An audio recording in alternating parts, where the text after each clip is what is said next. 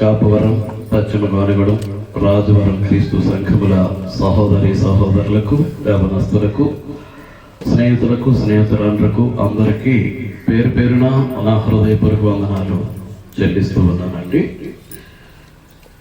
వాక్యం చదువుకుందాం. కొరింథీయులకు రాసిన మొదటి పత్రిక 9వ అధ్యాయం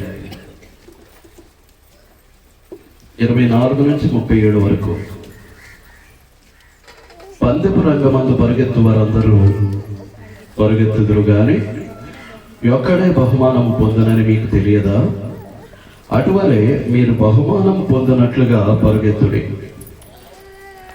మరియు పందెమందు పోరాడు ప్రతివాడు అన్ని విషయముల యందు మితముగా ఉండును.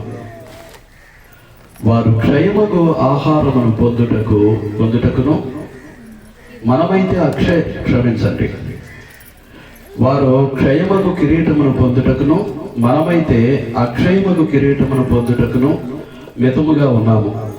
కాబట్టి నేను గురి చూడని వారి వలె పరిగెత్తువాడను కాదు, గాలిని కొట్టినట్లు నేను పోట్లాడట్లేదు. కానీ ఒకవేళ ఇతరులకు ప్రకటించిన తరువాత నేనే భ్రష్టుడనైపోదునేమో అని నా శరీరమును నలగగొట్టి దానిని లోబర్చుకొనుచున్నాను. పరుగు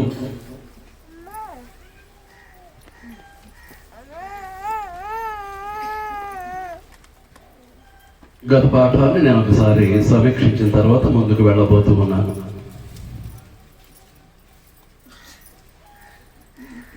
లోకంలో ఒక సామెత ఉంది.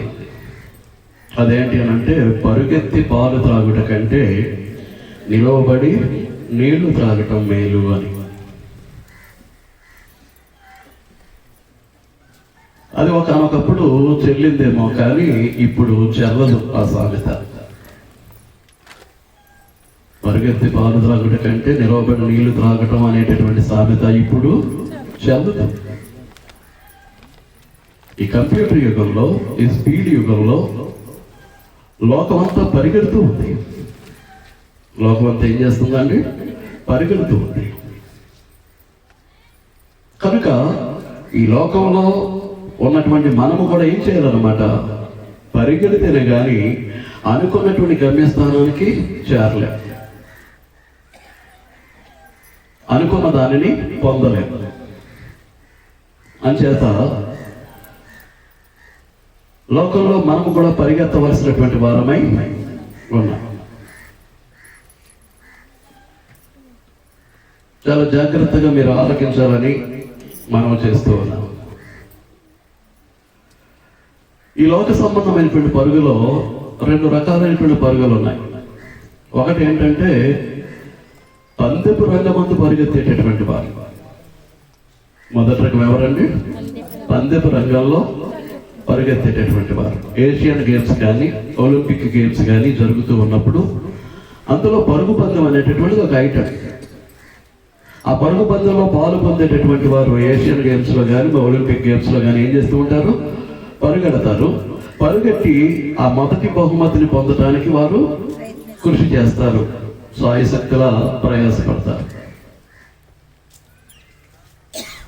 అది మొదటిది. పరుగు పందెంలో పరిగెట్టేటటువంటిది మొదటిది.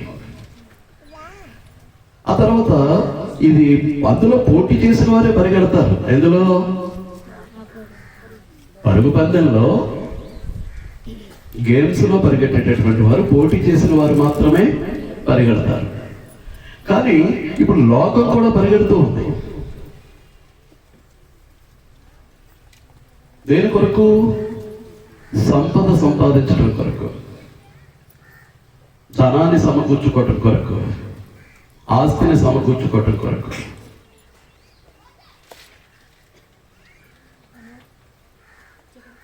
అర్థమవుతుందా? సుఖ సౌఖ్యాలు అనుభవించాలని, భోగభాగ్యాలు అనుభవించాలని, విలాసవంతమైనటువంటి జీవితాన్ని అనుభవించాలనేటటువంటి ఉద్దేశంతో లోకం అంతా కూడా ధనం వెనకతల, సంపద వెనకతల ఏం చేస్తూ ఉంది? పరిగెడుతూ ఉందండి. డబ్బు, వెండి బంగారాలు, భూములు, ఇండ్లు ఇలా సమకూర్చుకొని సంతోషంగా గడిపేద్దామని దాని వెనకతల లోకం పరిగెడుతూ ఉందండి. అయితే రెండవ పరుగు పందెం గురించి ఇక్కడ మాట్లాడట్లేదు. లోకానుసారమైనటువంటి పరుగు పందెంలో రెండవ దానిని గురించి ఇక్కడ మాట్లాడట్లేదు. ధనాన్ని సమకూర్చుకోవటం కొరకు, సుఖ సౌఖ్యాలు అనుభవించడం కొరకు, భోగభాగ్యాలు అనుభవించడం కొరకు, విలాసవంతమైనటువంటి జీవితాన్ని అనుభవించడం కొరకు మనం ఇక్కడ మాట్లాడుకోవట్లేదు. లోకం మాత్రం దాని కొరకు పరిగెడుతూ ఉంది. మోసం చేస్తున్నామా, అన్యాయం చేస్తున్నామా, అక్రమం చేస్తున్నామా, అడ్డదారుల్లో సంపాదించుకోవడానికి ప్రయత్నం చేస్తున్నామా, ఇది ఎవరో పట్టించుకోరండి. డబ్బు సంపాదించుకున్నావా లేదా, సుఖపడుతున్నావా లేదా, సౌఖ్యంగా ఉన్నావా లేదా, విలాసవంతంగా బ్రతుకుతున్నావా లేదా లేదే చూసుకుంటుందండి లోకం. అయితే ఇక్కడ పోటీదారుల కొరకు మాట్లాడుతున్నాడు. పందెంలో పరిగెట్టేటటువంటి పోటీదారుల కొరకు మాట్లాడుతున్నాడు. చూడండి 24వ వచనం, పందెపు రంగమందు పరుగెత్తు వారందరూ పరుగెత్తుదురు గాని ఒక్కడే బహుమానం పొందినని మీకు తెలియదా? పరుగు పందెంలో పరిగెట్టేవాడు గేమ్స్ లో ఏం చేస్తాడు? ఒక్కడే బహుమానాన్ని పొందుతాడు. ప్రథమ బహుమతి ఒక్కరికే వస్తుంది. ఆ తర్వాత రెండవ బహుమతి, తృతీయ బహుమతి, ఇవి పెద్ద లెక్కల్లోనికి రావు. ప్రతి ఒక్కరు కూడా దేని కొరకు ప్రయత్నం చేస్తూ ఉంటాడు? ప్రథమ బహుమతిని పొందడానికే ప్రయత్నం చేస్తూ ఉంటాడు. ఎంతమంది పరిగెత్తినా ఎంతమందికి వస్తుందండి? ఒక్కరికి. ఆ బహుమతి ఎంతమందికి వస్తుందండి? ఒక్కరికే వస్తుంది. కనుక ఆ సంగతి మీకు తెలుసా? కొరింథీ పట్టణంలో ఉన్నటువంటి క్రీస్తు సంఘ సభ్యులను పౌలు అడుగుతున్నాడు, పత్రిక రాస్తూ, ఆ సంగతి మీకు తెలియదా? అటువలే మీరు బహుమానము పొందినట్లుగా పరిగెత్తడి. అటువలే మీరు కూడా బహుమానము పొందినట్లుగా పరిగెత్తడి.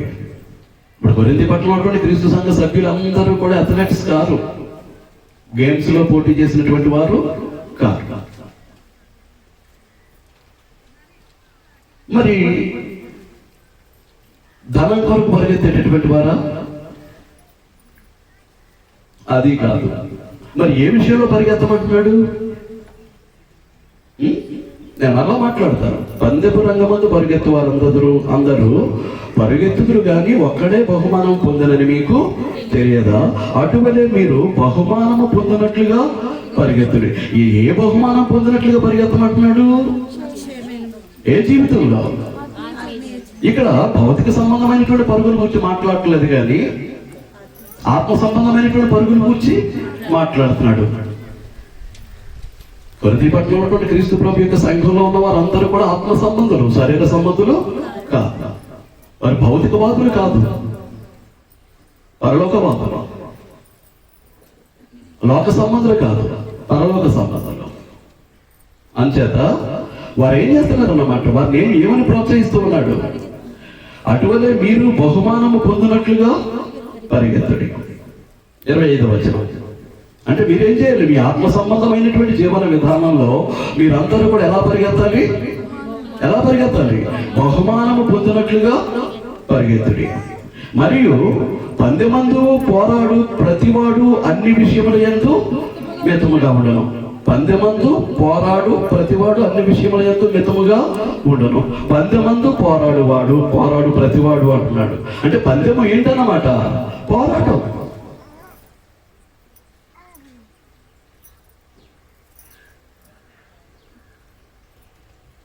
లోకమే యుద్ధరంగం. World is the battlefield. యుద్ధరంగం. ఆ యుద్ధరంగంలో ప్రతివాడు ఏం చేస్తున్నాడు? పోరాడుతూ ఉన్నాడు. లోకంలో పోరాడేవాడు దేని కొరకంటే డబ్బుల కోసమే. ఏదో విధంగా ధనాన్ని సమకూర్చుకున్నామా లేదా, లోకానుసారంగా సుఖపడ్డామా లేదా, విలాసవంతమైనటువంటి జీవితాన్ని అనుభవిస్తున్నామా లేదా అనేటటువంటి పోరాటమే. ఎవరు? లోకం. అయితే పరుగు పందెంలో పాలు పొందేవాడు మాత్రం ఎంతమంది పరిగెట్టినప్పటికీ ఒక్కడే బహుమానం పొందుతాడు. అటువలే మీరు కూడా బహుమానం పొందినట్లుగా పరిగెత్తుడి. ఇది ఆత్మ సంబంధమైనటువంటి పరుగుల గురించి మాట్లాడుతున్నాడు. ఇక్కడ ఆత్మ సంబంధమైనటువంటి పరుగులో పరిగెత్తే ప్రతి వాడు కూడా ఏం చేస్తాడు? బహుమానం పొందుతాడు. ఈ పరిగెత్తడం అనేటటువంటిది ఏంటన్నమాట? పోరాటం. ఈ పరిగెత్తడం అనేది ఏంటన్నమాట? దేనితో పోలుస్తున్నాడు? పోరాటం. మనం గత వారం చూసాం. హెబ్రీ పత్రిక, క్షమించండి, యోబు పత్రిక 7:1 ఏమంటాడు? భూమి మీద నరుల కాలము యుద్ధ కాలము కాదా అంటాడు. యోబు గ్రంథం 7:1 ఏమంటాడండి? భూమి మీద నరుల కాలము యుద్ధ కాలము కాదా? ఈ యుద్ధము ఎన్ని రకాలు? 2 రకాలు. భౌతికమైనటువంటి యుద్ధం, ఆత్మ సంబంధమైనటువంటి యుద్ధం.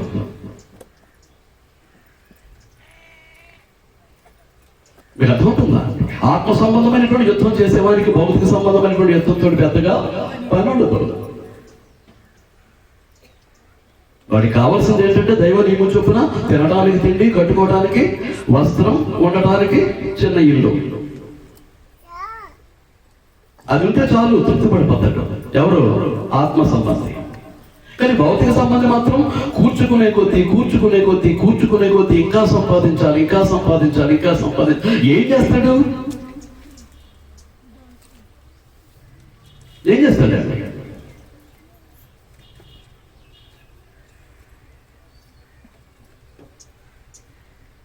ఏం చేస్తాడు చెప్పండి? అందుచేత విస్తారమైనటువంటి ధనాన్ని సమకూర్చుకోవటం వల్ల మనకు ప్రయోజనం ఏమీ లేదు. దాన్ని పక్కన పెట్టేద్దామంట.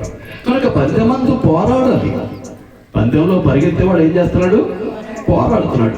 పోరాడేవాడు ఏం చేస్తాడంటే అన్ని విషయములలోనూ మితముగా ఉంటాడు. అన్ని విషయాల్లో మితంగా ఉంటాడంటే, మితము అనగా సెల్ఫ్ కంట్రోల్, తనను తాను అదుపులో ఉంచుకోవటం. తనను తాను ఏం చేస్తాడండి? అదుపులో ఉంచుకుంటాడు. ఇప్పుడు పరిగెట్టాలి కాబట్టి విస్తారమైనటువంటి తిండి తిన్నాడు అనుకోండి, ఏం జరుగుతుంది? ఒళ్ళు పెరిగిపోతే పరిగెత్తలేడు, ఆయాసపడిపోతాడు, ఖచ్చితంగా ఓడిపోతాడు. అలాగని ప్రతిదీ తింటాడా? ప్రతిదీ తిండు. దానికి నిర్దిష్టమైనటువంటి భోజన వ్యవహారం ఉంటుంది. దానికి ఒక న్యూట్రిషన్ ఏర్పాటు చేసుకుంటాడు. ఆ పరిగెత్తే విధానాన్ని నేర్పించడానికి ఒక ట్రైనర్ని ఏర్పాటు చేసుకుంటాడు. వాడు ఎలా పరిగెట్టాలో అలాగే పరిగెట్టాలి, ఆ సమయంలోనే పరిగెట్టాలి. దాని అంతా ఎవరు చూసుకుంటారు? ఎవరైతే ట్రైనింగ్ ఎలా ఏర్పాటు చేసుకున్నాడో అతను చూసుకుంటాడు.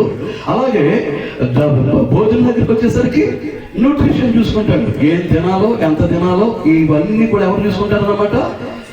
ఆ భోజన ఏర్పాట్లన్నీ కూడా నిర్దేశించేటటువంటి అతను చూసుకుంటాడు. అంచేత పరిగెత్తేవాడు అన్ని విషయాల్లోనూ మితముగా లేకపోతే పందెంలో ఏమైపోతాడు? ఓడిపోతాడు. ఆ పద్యము అనేటటువంటి ఆ పోరాటంలో అతను ఏమైపోతాడండి? ఓడిపోతాడు. వారు ఇంతకీ పోరాడేది దేని కొరకు, పరిగెత్తేది దేని కొరకు అంటే క్షయమైనటువంటి కిరీటాన్ని పొందటానికి. వాళ్ళు ఏ కిరీటాన్ని పొందటానికండి? క్షయమైనటువంటి, నాశనమైపోయేటటువంటి కిరీటాన్ని పొందటానికి. ఏ కిరీటాన్ని అంటే? నాశనం అయిపోయేటటువంటి కిరీటాన్ని పొందటానికి. మనమైతే అక్షయమగు కిరీటమును పొందుటకు మితముగా ఉన్నాము. వారు దేని కొరకు మితముగా ఉన్నారు? క్షయమగు కిరీటాన్ని పొందటానికి వారు మితముగా ఉన్నారు. మీరు ఆలోచిస్తున్నారు.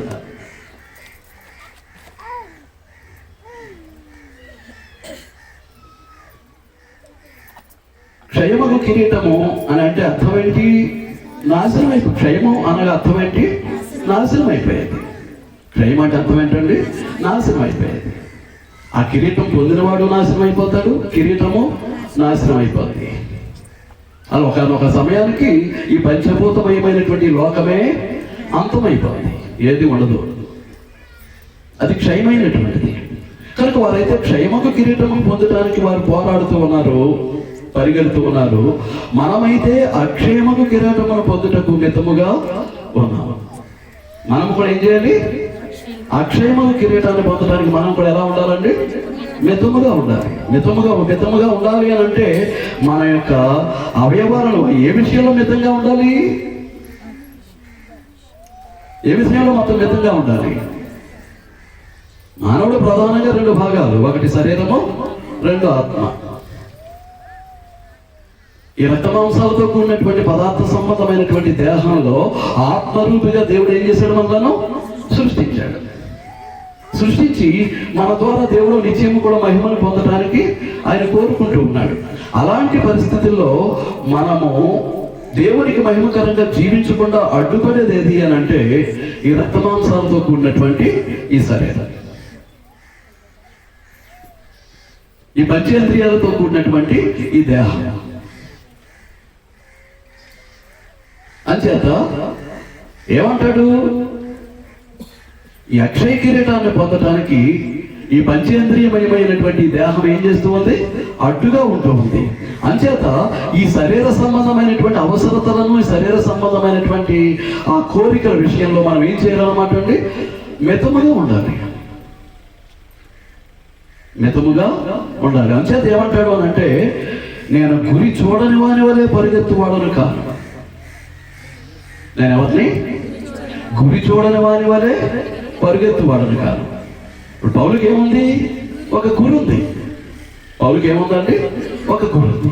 కాబట్టి గురి చూడని వాని వలే పరిగెత్తేవాడను కాదు. ఇప్పుడు పౌలు యొక్క గురి ఏంటి? ప్రభు అయినటువంటి యేసుక్రీస్తే పౌలు యొక్క గురి.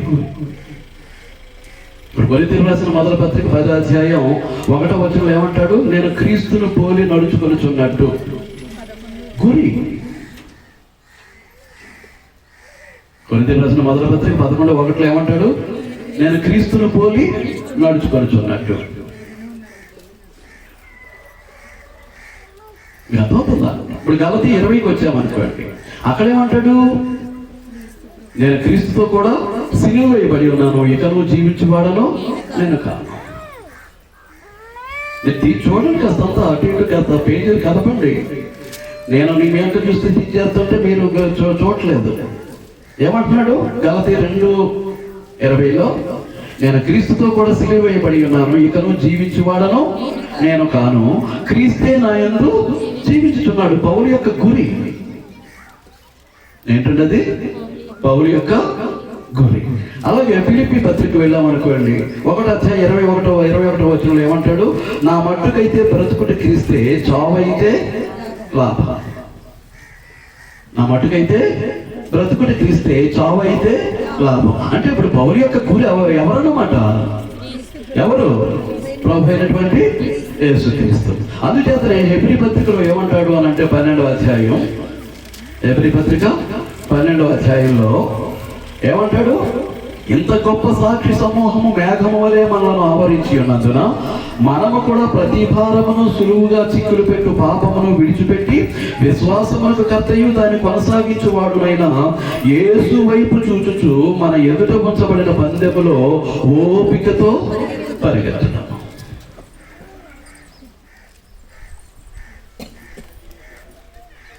విశ్వాసమునకు కర్త ఎవరు? ఎవరు? యేసుక్రీస్తు. విశ్వాసమునకు కర్తయు అని అక్కడ 1 కింద ఫుట్నోట్లో ఏమన్నాడు? సేనాధిపతియు అన్నాడు. విశ్వాసమునకు కర్త దగ్గర 1 కింద ఫుట్నోట్లు ఏమన్నాడు అండి? సేనాధిపతి. మరి యేసుక్రీస్తు విశ్వాస జీవిత విషయంలో అతడు ఆయన సేనాధిపతి అయితే, ఇప్పుడు సైన్యం ఎవరు? విశ్వాస వీరులమైనటువంటి మనమే యేసుక్రీస్తు యొక్క సైన్యం.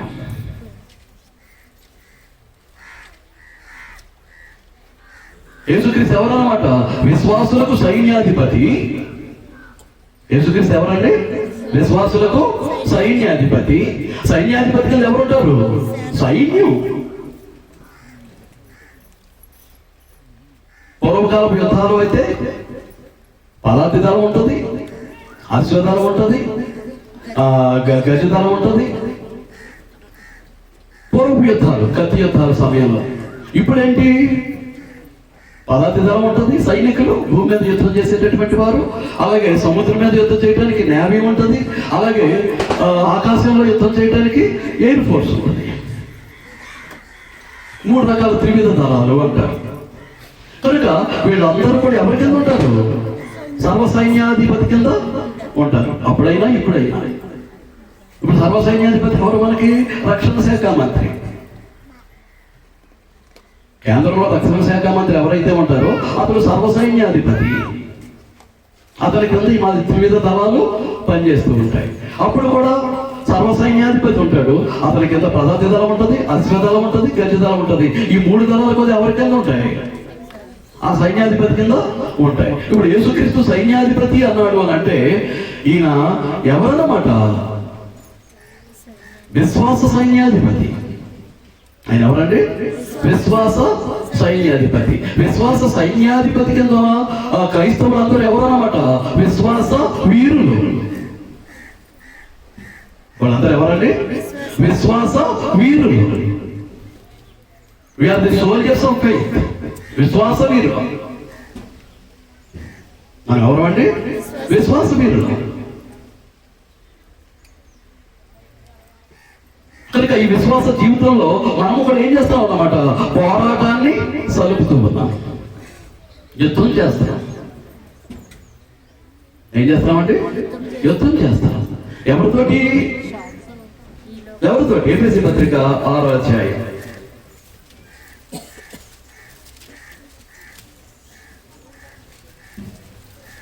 ఎఫెసీ పత్రిక 6వ అధ్యాయం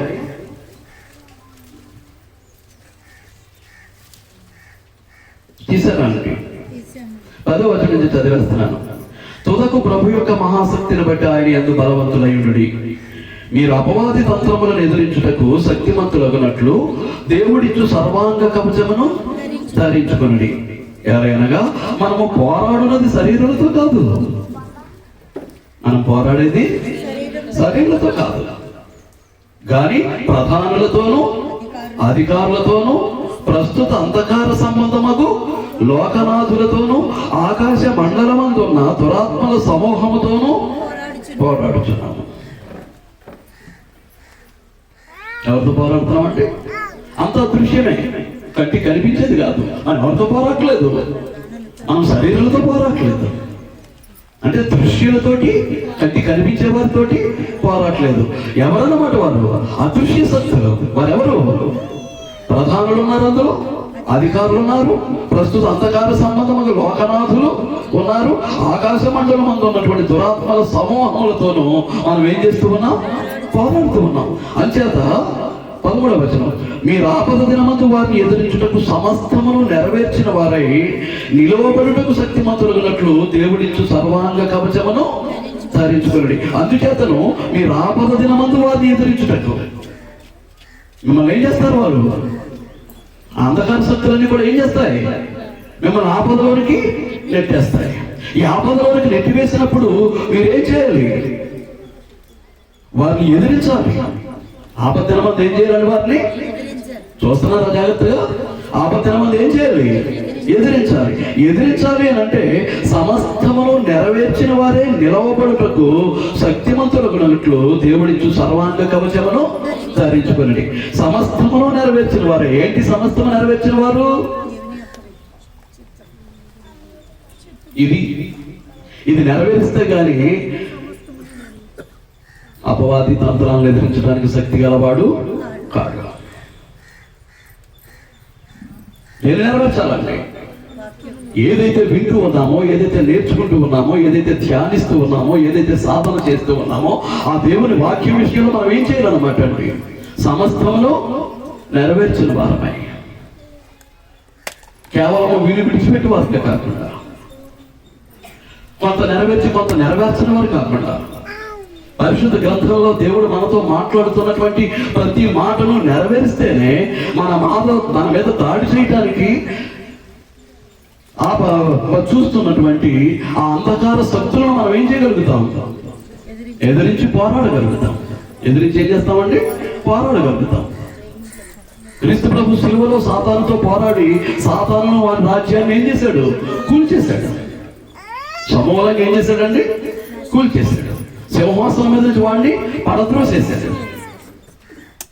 సింహాసనం మీద నుంచి ఏం చేశాడండి? సాతాను పడద్రోసాడు. మరి మనం ఆయన సైన్యాధ్యక్షుడు, సర్వ సైన్యాధిపతి. ఆయన సైన్యాధిపతి కింద సైనికులుగా ఉన్నటువంటి మనము కూడా సాతాను యొక్క శక్తులను కూల్చే వారముగా, వాడితో నిత్యము పోరాడే వారముగా మనం ఉండాల్సినటువంటి అవసరత మన మీద ఉందండి. ఏదో బైబిల్ సంఖ్యలో పెట్టుకున్నాం, అటు ఇటు తిరుగుతున్నాం. ఆరాధనకి వెళ్ళిపోతున్నాం, బైబిల్ తరగతికి వెళ్ళిపోతున్నాం, కృతజ్ఞత కోటానికి వెళ్ళిపోతున్నాం, సువార్త వెళ్ళిపోవచ్చు. కానీ దేవుడు చెప్పిన మాట నీలో నెరవేరుతూ ఉందా?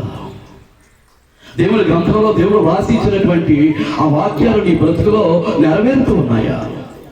నెరవేర్చకపోతే నువ్వు అంధకార శక్తులతో పోరాడము లేవు,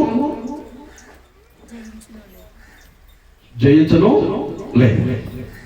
కనుక ఏమంటాడు? అందుచేత మీరు ఆపద దినమందు వారిని ఎదురించుటకు సమస్తమును నెరవేర్చిన వారై నిలవబడుటకు శక్తిమంతులగినట్లు దేవుడిచ్చు సర్వాంగ కవచమును ధరించుకోండి. దాని జోలికి నేను వెళ్ళట్లేదు, ఆ సర్వాంగ కవచం జోలికి నేను వెళ్ళట్లేదు. ఒకటే మాట, మీరు సమస్తమును నెరవేర్చాలి.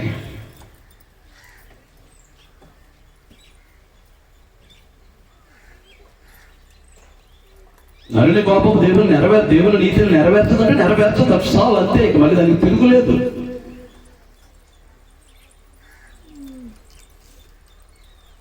దేవుని నీతిని నరుని కోపం నెరవేర్చదు. అలాంటివి ఎన్నున్నాయి మన దగ్గర, ఎన్నున్నాయి.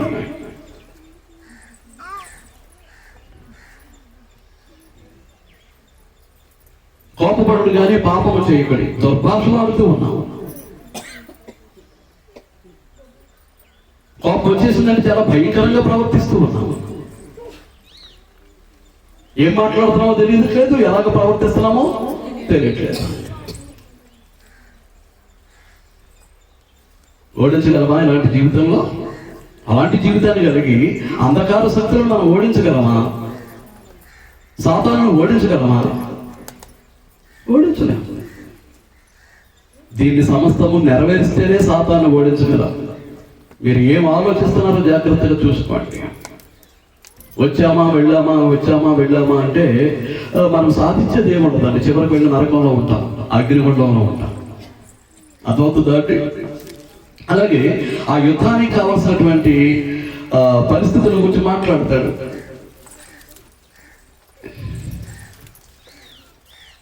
చూడండి, కొరింథీయులకు రాసిన 2వ పత్రిక 10వ అధ్యాయం.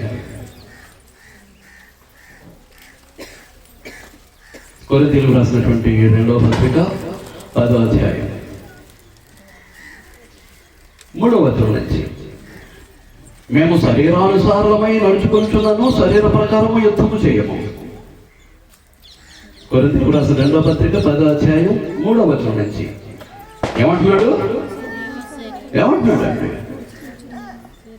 మేము శరీరధారులమై నడుచుకుంటున్నాము, శరీర ప్రకారము యుద్ధము చేయాలి. ఏం చేద్దంటే మన యుద్ధమే శరీరులతో కాదు, మన యుద్ధం శరీరులతో కాదు,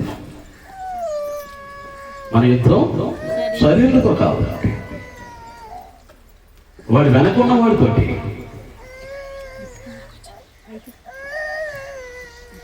ఇప్పుడు ఆరాధన స్థలాన్ని పోగొట్టుకున్నాం. ఆరాధన స్థలాన్ని పోగొట్టుకునేటువంటి మనము ఆరాధన స్థలాన్ని కూల్చేసినటువంటి వ్యక్తులతో మనకు పని లేదు. ఆరాధన స్థలాన్ని కూల్చిన వ్యక్తులతోటి మనకు పని లేదు. ఎంతో మనం శరీరాలతో పోరాడం. మనకి ఎవరితో పోరాటం? వాళ్ళ వెనకతో ఉన్నాడు ఇప్పుడు, వాడితోటి మన పోరాటం.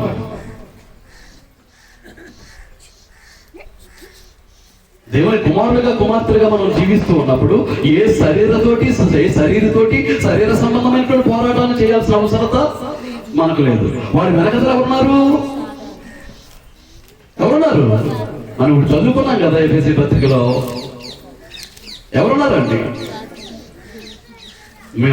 మనము పోరాడుతున్న శరీరాలతో కాదు, కానీ ప్రధానులతోనూ అధికారులతోనూ ప్రస్తుత అంధకార సంబంధముకు లోకనాథులతోనూ ఆకాశ మండలమందు ఉన్న దురాత్మల, ఇదంతా కూడా సాతాను సంబంధమైనటువంటి వారు. వీళ్ళందరూ కూడా ఎవరండి? సాతాను సంబంధమైనటువంటి వారు.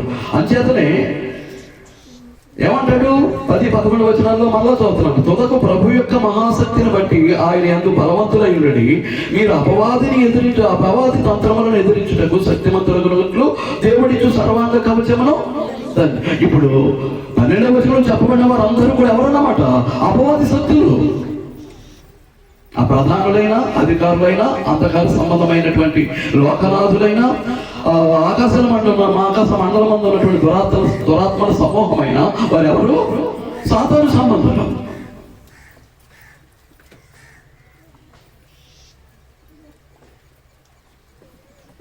ఎవరండి? సాతాను సంబంధులు. అంచేతనే కొరింథీయులకు రాసిన 2వ పత్రిక 10వ అధ్యాయం 3వ వచనంలో ఏమంటాడు? మేము శరీరధారులమై నడుచుకొనుచున్నాము, శరీర ప్రకారము యుద్ధము చేయము. వాడి కర్ర పట్టుకొస్తే మనం కర్ర తీయం, వాడి కత్తి పట్టుకొస్తే మనం కత్తి తీయాల్సిన అవసరం లేదు. ఏం చేద్దాం అంటే శరీర సంబంధమైనటువంటి పోరాటాన్ని మనం చేయాలి. మేము శరీరధారులమై నడుచుకొనుచున్నాము, శరీర ప్రకారము యుద్ధము చేయము. మా యుద్ధోపకరణములు శరీర సంబంధమైనవి కావు. వాడు కర్ర వేసుకొస్తే, కత్తి వేసుకొస్తే, లేకపోతే తుపాకీ పట్టుకొస్తే, ఏవేవో పట్టుకుని భౌతికమైనటువంటి ఆయుధాలతోటి మన మీద దాడి చేశాడే అనుకోండి, మన యుద్ధోపకరణాలు శరీర సంబంధమైనవి కాదు. అంటే వాడు కర్ర తీసాడని మనం కర్ర తీయం, వాడు కత్తి తీసాడని మనం కత్తి తీయం, వాడు తుపాకీ పట్టుకొచ్చాడని మనం తుపాకీ పట్టం.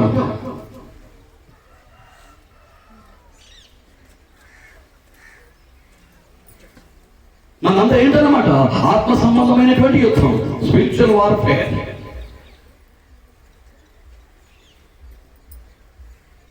మన పక్షంగా ఉన్నవాడు దేవుడు, మన వెనక మన ముందు నిలబడేవాడు దేవుడు.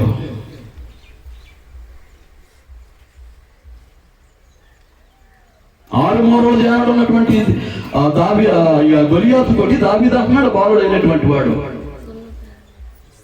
ఈయన వడిసేలా కర్ర పట్టుకుని వెళ్తున్నాడు. నేను కుక్కరా అని అడుగుతున్నాడు. నువ్వు కుక్కవో ఎవరవో, కానీ నా పక్షంగా యుద్ధం చేసేవాడు యెహోవా. నేను నీతో యుద్ధం చేయను, నా పక్షంగా యుద్ధం చేసేవాడు ఎవరు? యెహోవా.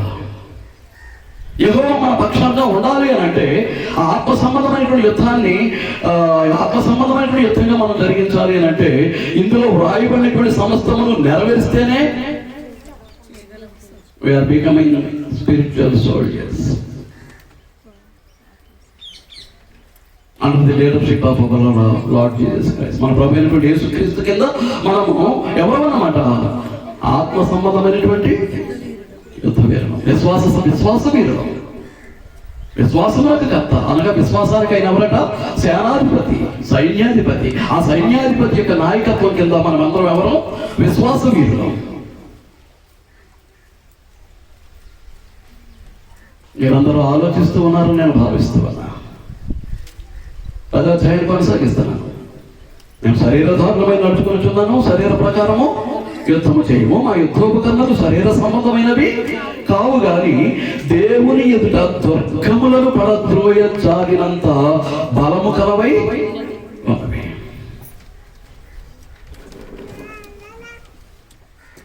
దుర్గములు అంటే పెద్ద పెద్ద కోటలు.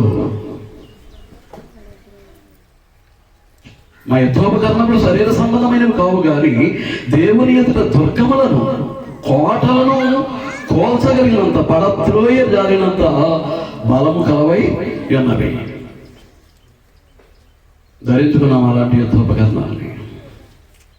అలాంటి ఆత్మ సంబంధమైనటువంటి యుద్ధాన్ని మనం చేయబోతూ ఉన్నామా? విశ్వాస సంబంధమైనటువంటి వీరులుగా క్రీస్తు యొక్క సైన్యాధిపత్యం కింద మనము సాతాను శక్తులతోటి పోరాడగలుగుతున్నామా? దేవుని వాక్యానికి విరుద్ధమైనటువంటి జీవితాన్ని జీవిస్తూ ఉన్నామా?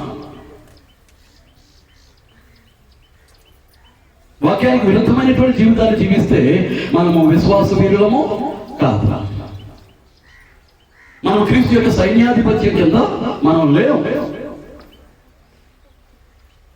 లోకంలో మనుషులు ఎలాగైతే బ్రతుకుతూ ఉన్నారో మనము కూడా అలాంటి లోక సంబంధమైనటువంటి మనుషులమే, అలాంటి బ్రతుకులే బ్రతుకుతున్నాం తప్ప ఆత్మ సంబంధమైనటువంటి వీరుల వలె, విశ్వాస వీరుల వలె సాతాను శక్తులతోటి పోరాడగలిగినటువంటి స్థితిలో మనము లేమేమో. దయచేసి ఆలోచించాలని మీకు మనవి చేస్తూ ఉన్నాను. మన దగ్గర ఉన్నటువంటి యుద్ధోపకరణాలు దేవుని ఎదుట దుర్గములను అడజారినంత.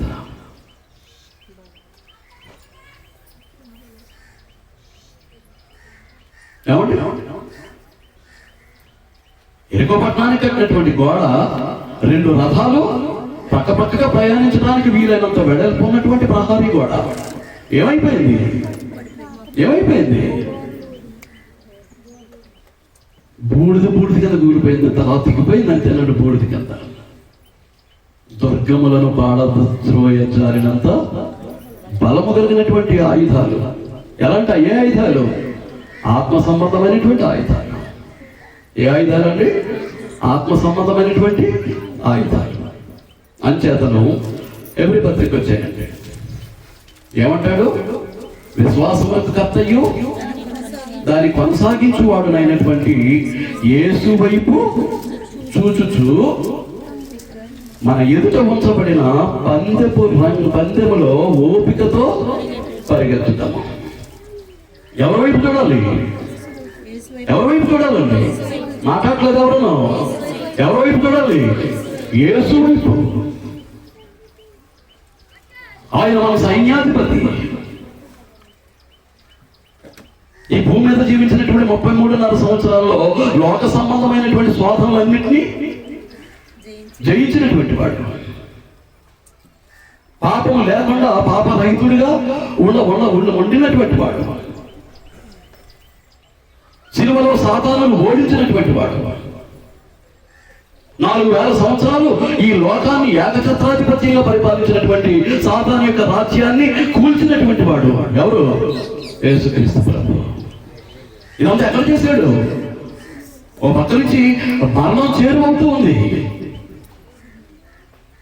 ఆఖరి రక్తపోట్లు కూడా కారిపోతూ ఉన్నాయి నేలను.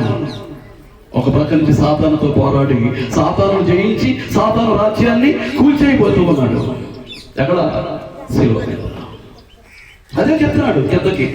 కనుక ఆయన తన ఎదుట ఉంచబడిన ఆనందము కొరకై, యేసుక్రీస్తు తన ఎదుట ఉంచబడిన ఆనందం. ఏ ఆనందం ఇది? పరలోక సంబంధమైనటువంటి ఆనందం, శాశ్వతమైనటువంటి ఆనందం, నిత్యమైనటువంటి ఆనందం. ఎవరిది? పరలోక సంబంధమైనటువంటి ఆనందం. కనుక తన ఎదుట ఉంచబడిన ఆనందం కొరకై అవమానమును నిర్లక్ష్య పెట్టి, దేని నిర్లక్ష్య పెట్టాడండి? అవమానం. కాంట్రకిచ్చి ముఖం మీద వేశారండి. ఇక అంతకంటే అవమానం ఉంటుందా? ఉంటుందా అండి?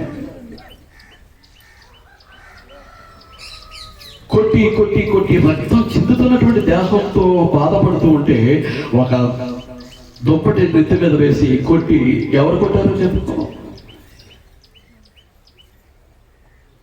ముసుగు వేసి కొట్టి ఎవరు కొట్టారో చెప్పుకో.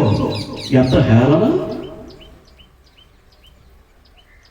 బ్రతికొండగానే సిలువకు మేకులతో బిగించేశారు, కాళ్ళు చేతులు, శిరసుకు ముళ్ళ కిరీటాన్ని పెట్టేశారు. యాతను అనుభవిస్తూ ఉన్నాడు. ఎవరి కొరకు? మన కొరకు. యాతను అనుభవిస్తూ ఉంటే దారిని పోయేవాళ్ళు దేవాలయాన్ని పడగొట్టేస్తే 3 రోజుల్లో కట్టేస్తాడట. హేరోదు మహారాజు ఏమో దాన్ని 46 సంవత్సరాలు కట్టాడు. ఈ వస్తాదట 3 రోజుల్లో లేపేస్తాడట. ఎంత అవమానమో! ఎంత అవమానమో! నువ్వు శిలువ దిగిరా, నిన్ను రక్షించుకో, మమ్మల్ని కూడా రక్షించు. ఎవరు? దారిని పోయేవాళ్ళు పలుకుతున్నటువంటి మాటలు. దాన్ని పోయేటి వారు పలుకుతున్నటువంటి మాటలు. పక్కన ఉన్నటువంటి ఒక దొంగ కూడా అదే మాట్లాడాడు. నిన్ను నువ్వు రక్షించుకుని నన్ను కూడా రక్షించు. మన పక్షంగా పాపంతో పోరాడుతూ, సాతానుతో పోరాడుతూ, పాపాన్ని ఓడించడానికి, సాతాన్ని ఓడించడానికి ఆయన శిలువ మీద యాతన పడుతూ ఏమంటున్నాడు? అవమానము నిర్లక్ష్య పెట్టి శిలువను సహించి. చూస్తున్నారండి గ్రంథాన్ని పరిశీలిస్తున్నారండి. హృదయంలో ఏమన్నా జరుగుతుందా? అది కదా కాలక్షేపంలో ఉందా? కాలక్షేపానికి వచ్చి కూర్చున్నట్టుందా? మీ హృదయాలు ఏమైనా కదులుతున్నాయా? స్పందిస్తున్నాయి? అసలు నా కొరకు క్రీస్తు ప్రభు ఇన్ని పాటలు పడిపోతే, ఇంత యాతన అనుభవిస్తే, అంత ఘోరమైనటువంటి బలిని నా కొరకు శిలువలో అర్పిస్తే నేనేంటి? ఎలా బ్రతుకుతున్నానేంటి? ఇది నిజంగా ఆయనకు కృతజ్ఞత చెల్లించడానికి బ్రతికేనా? అది ఆలోచన వస్తుంది అసలు. అలా సంబంధమైనటువంటి హృదయంలో అటువంటి తలంపు కానీ, మనసులో అటువంటి ఆలోచన కానీ పుడుతూ ఉందా? కాలక్షేపానికి వచ్చి కూర్చున్నారా?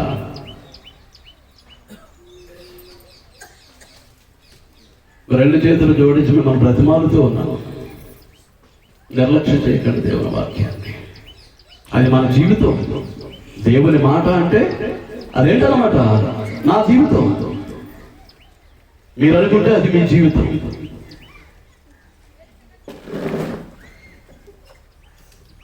So don't neglect the word of God. దేవుని యొక్క వాక్యాన్ని నిర్లక్ష్యం చేయకండి. మనం కూడా ఏం చేయాలి? ఆయన సైన్యాధిపత్యం కింద మనం ఎలా ఉండాలి? విశ్వాస వీరుల వలె సాతానుతోటి నిత్యము బ్రతికున్నంత కాలం ఏం చేయాలన్నమాట, పోరాడవలసినటువంటి వారమై ఉన్నాం. పోరాడాలి అంటే గ్రంథమందు రాసినటువంటి ప్రతి మాటను నెరవేర్చవలసినటువంటి వారమై ఉన్నాం. నెరవేర్స్తే క్రీస్తు యొక్క న్యాయాధిపత్యం కింద మనం అందరం కూడా సైనికులుగా, విశ్వాస వీరులుగా చేరిపోయినట్లే. లేకపోతే ఇలా ఎన్ని సంవత్సరాలు వచ్చి కూర్చున్నా ఆయన సైన్యాధిపత్యాన్ని అంగీకరించిన వారు కాదు, ఆయన నాయకత్వం కింద విశ్వాస వీరులుగా చేర్చబడిన వారు కాదు. ఏదో నామకార్థంగా వస్తున్నారు, కూర్చుంటున్నారు, పోతున్నారు. మీ లోక సంబంధమైనటువంటి జీవితం లోకానుసారమైందే, లోక సంబంధమైనటువంటి సంతోషం లోకానుసారమైనటువంటిదే, లోక సంబంధంగా అనుభవించాల్సినటువంటి సుఖ సౌఖ్యాలు, భోగభాగ్యాలు అనుభవించుకుంటూ ముందుకు వెళ్ళిపోతూ మా అంతటి విశ్వాసం లేదు, మా అంతటి భక్తి పరులు అని చెప్పుకుంటే, భక్తి పరులు లేరని చెప్పుకుంటే ఏంటి ప్రయోజనం? ఏముందండి? అంత వ్యర్థమే. అంచేత తన ఎదుట ఉంచబడిన ఆనందము కొరకై ఇది ఆనందం అంటున్నాను, పరలోక సంబంధమైనటువంటి, ఆత్మ సంబంధమైనటువంటి, దైవికమైనటువంటి, శాశ్వతమైనటువంటి ఆనందం. ఏ ఆనందం? క్రీస్తు ప్రభు ఎదుట ఉంచబడినటువంటి ఆనందం. అది క్రీస్తు ప్రభు ఎదుటే ఉంచబడలేదు, మన ఎదుట కూడా ఉంచబడింది. ఆ దైవికమైనటువంటి, శాశ్వతమైనటువంటి, పరలోక సంబంధమైనటువంటి, ఆత్మ సంబంధమైనటువంటి ఆనందం ఎక్కడ ఉంచబడింది? మన ఎదుట కూడా ఉంచబడింది. కనిపిస్తుందో లేదో? అది బాహ్య నేత్రాలకు కనిపించదు. ఏ నేత్రాలు కనిపిస్తుంది? ఆత్మ సంబంధమైనటువంటి నేత్రాలకు మాత్రమే కనిపిస్తుంది. బాహ్య నేత్రాలకు అది కనిపించదు.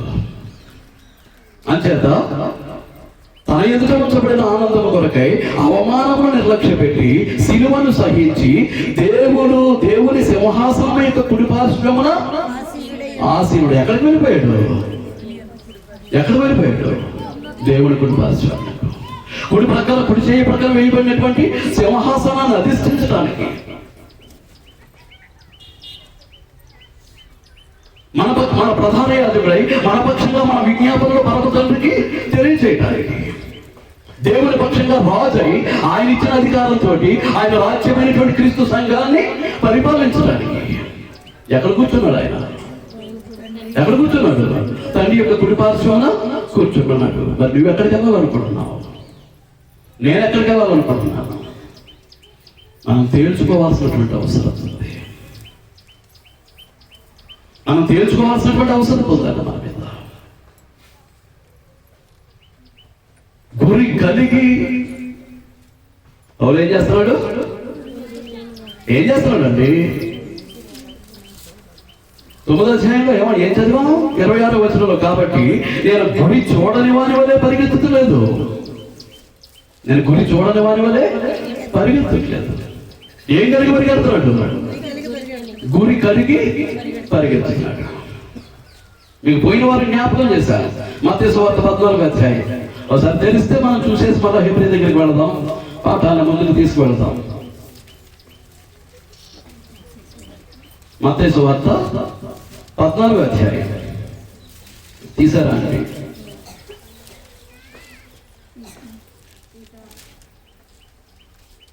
ఇరవై 28వ వచనం.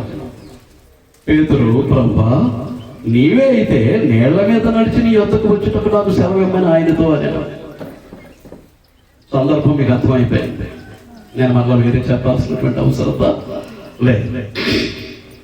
ప్రభువా నీవే అయితే నేళ్ల మీద నడిచి నీ యొద్దకు వచ్చేటప్పుడు నాకు సెలవు ఇవ్వమని ఆయనతో ఆయన రమ్మనగానే పేతురు దోణి దిగి యేసు నొద్దకు వెళ్ళుటకు నేల మీద నడిచెను. ఏం చేశాడు పేతురు? నేల మీద నడిచేశాడు. ఎవరిలాగా? యేసు ప్రభులాగే. తర్వాత ఏమైంది? చిన్న గాలి రెప్ప, ఒక గాలి అలాగ ఒక తెర అలా వచ్చింది. గాలి రావడంతో గాలిని చూచి భయపడి మునిగిపోసాగి. దేని చూసి? గాలిని చూసి భయపడి. ఎప్పుడైతే భయపడ్డాడు ఏమవుతున్నాడు? మునిగిపోతున్నాడు. అంటే ఎంతవరకు ఎవరిని చూశాడు? ఎంతవరకు ఎవరిని చూశాడు? యేసుక్రీస్తునే చూసుకుంటూ నేల మీద నడిచినటువంటి వాడు ఇప్పుడు గాలిని చూశాడు. అంటే యేసు మీద నుంచి దృష్టి ఏమైంది? పక్కకు వెళ్ళింది. ఇప్పుడు యేసు మీద నుంచి దృష్టి ఎప్పుడైతే పక్కకు వెళ్ళిందో వెంటనే ఏమైపోయాడు? ఇదేనా మన బ్రతుకు? ఎలాంటి విశ్వాసమే కలిగి ఉన్నామా? అలాగే యేసు వైపు చూస్తూ ఉన్నామా? అవసరాన్ని బట్టి లోకం వైపు చూస్తూ లోక అవసరంతో తీర్చుకుంటూ అప్పుడప్పుడు యేసు వైపు చూస్తూ ఎలాగూ పేతురులాగా అడుగులు వేశానండి నీటి మీద. నేను కూడా నీ దగ్గరికి వచ్చేస్తాను అంటే నడిచి రమ్మన్నాడు. నేల మీద దిగాడు, కరెక్ట్గా నిలబడ్డాడు, నేల మీద నిలబడ్డట్టు అడుగులు వేసుకుంటూ వెళ్తున్నాడు. ఈ లోపల ఎంతవరకు ఉంటాడు?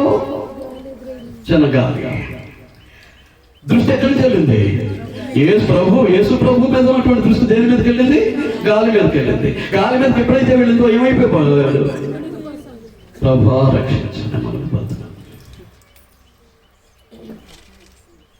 మన అందరి విశ్వాసం అదేనేమో.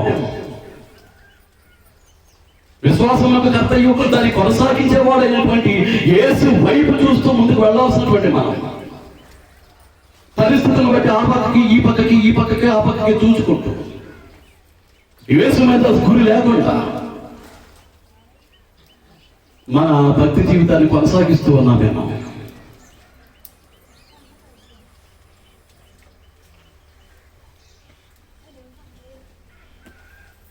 ఏం సాధించలేమండి, విజయాన్ని పొందలేము. సాతాను వెనకాతలే వచ్చేస్తాడు. మనతో పాటు ఏం చేస్తాడు? మన వెనకాల వచ్చేస్తాడు.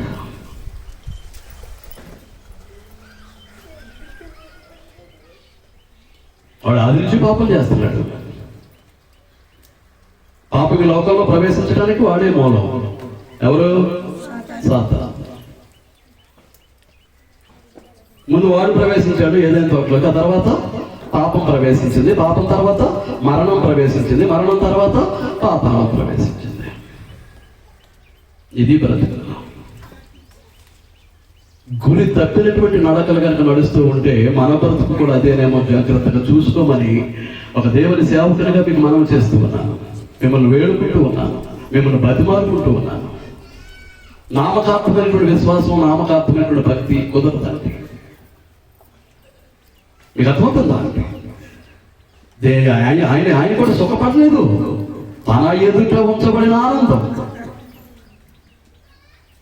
దాన్ని పడకై దేని లక్ష్యం నిర్లక్ష్య పెట్టాడు? దేని నిర్లక్ష్య పెట్టాడు? అవమానాన్ని నిర్లక్ష్య పెట్టాడు. సిలువను సహించాడు, చనిపోయాడు, సమాధి చేయబడ్డాడు, తిరిగి పునరుద్ధానానికి యోగ్యుడు కాబట్టి తండ్రి అయినటువంటి దేవుడు తన శక్తిని బట్టి 3 రోజులు సమాధిలో ఉన్నటువంటి యేసుక్రీస్తుని ఏం చేశాడు? లేపాడు. రేపు మనల్ని కూడా లేపబోతూ ఉన్నాడు. అలాంటి జీవితాన్ని జీవిస్తే, ఎలాంటి జీవితాన్ని? రక్త మాంసాల్లో ఉండగా యేసుక్రీస్తు ప్రభు ఎలాంటి జీవితాన్ని అయితే జీవించాడో అలాంటి జీవితాన్ని జీవిస్తే మాత్రమే జీవ పొందుతాను. లేకపోతే లేస్తావు తీర్పు పొందుతానానికి, నరకానికి పోవటానికి. ఇక అందులో తిరుగులేదు, అందులో తిరుగు లేదండి. అందుచేత మనం చేయాల్సింది ఏంటి అని అంటే, పౌలు గురి చూడని వాని వలే పరిగెత్తట్లేదు, గాలిని కొట్టినట్లుగా పోట్లాడలేదు. కొరింథీ పత్రిక వచ్చేసానండి. గాలిని కొట్టినట్లుగా పోట్లాడట్లేదు. ఒకవేళ ఎందుకు చెప్తున్నానంటే, గాలిని కొడితే ఏముంది? గాలిలో కర్ర తిప్పితే ఎవరు తగ్గుతుందండి? మాట్లాడలే. గాలిలో కర్ర గెరగెరగా తిప్పాను అనుకోండి, ఎవరు తగ్గుతుంది? గాలిలో పెట్టి కత్తి గెరగెరగా తిప్పాను అనుకోండి, ఎవరికి తగ్గుతుంది? వృధా ప్రయాస, వ్యర్థమైనటువంటి ప్రయాస. కనుక ఆత్మ సంబంధమైనటువంటి జీవితంలో దేవుని కుమారులుగా, కుమార్తెలుగా, విశ్వాసములుగా, భక్తి పనులుగా మనం ఎప్పుడు కూడా గాలిలో పోరాటం చేయడానికి, గాలిని పట్టడానికి మనం ప్రయత్నం చేయకూడదు. గురి క్రీస్తు ఎలాగైతే తన జీవితంలో శరీరంలో ఉండగా, రక్త మాంసాలు ఉండగా గురి కలిగి బ్రతికాడో మనము కూడా ఏం చేయాలి? అలాంటి గురే కలిగి బ్రతకడానికి మనం ప్రయత్నం చేయాలి.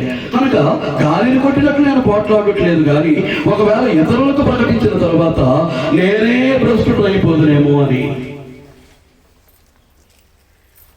వాక్యం ప్రకటించడానికి ఎలా ప్రకటిస్తున్నాడట? భయముతోనూ వణుకుతోను.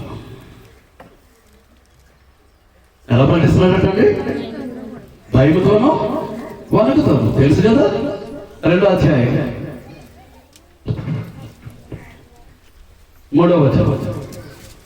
మరియు బలహీనతతోనూ భయముతోనూ ఎంతో వణుకుతోనూ మీ యొద్ద ఉంటుంది.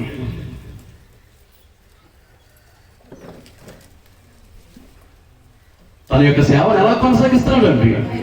భయముతోనూ వణుకుతోనూ. నాకుందా అది? సేవ చేస్తున్నప్పుడు నాకుందా? నేను ఆలోచించుకోవాల్సినటువంటి అవసరత నా మీద. అంచేత గాలిని కొట్టినట్లు నేను పోట్లాడట్లేదు, కానీ ఒకవేళ ఇతరులకు ప్రకటించిన తర్వాత నేనే భ్రష్టుడు అయిపోతానేమో అని భయం. ఒక దేవుని సేవకుడిగా నాకు ఉండాల్సింది ఏంటన్నమాట? భయం. పడిపోవడం ఎంతో కాదండి, కాళ్ళు రెప్పపాటు, ఒక సెకండ్ కూడా పట్టదండి, ఒక సెకండ్ కూడా పట్టదని. చేతన 10వ అధ్యాయంలో చూడండి, 12వ వచనంలో, తాను నిలుచున్నానని తలంచుకున్నవాడు పడకుండానట్లు జాగ్రత్తగా చూసుకునేవారు. ఎదుటివారు ఎలాగో రెచ్చగొడుతూ ఉంటారు మనం పాపంలో పడిపోవటానికి. అది మాట ద్వారా కావచ్చు, క్రియ ద్వారా కావచ్చు, ఏదో విధంగా పడగొట్టడానికి ఎదుటివారిని మనం రెచ్చగొడుతూ ఉంటారా? రెచ్చగొట్టే వారి వెనకలు ఎవరున్నాడు? మనం పడగొట్టడానికి ప్రయత్నం చేసేటటువంటి సాతాను ఉన్నాడు. నువ్వు నిలబడ్డావు అంటే, నిలబడ్డానని నువ్వు తలంచుకునేటట్లయితే పడకుండా జాగ్రత్త చూసుకో, పడిపోకుండా జాగ్రత్తగా చూసుకో, భ్రష్టుడు అయిపోకుండా జాగ్రత్తగా చూసుకో, భక్తిహీనుడు అయిపోకుండా జాగ్రత్తగా చూసుకో.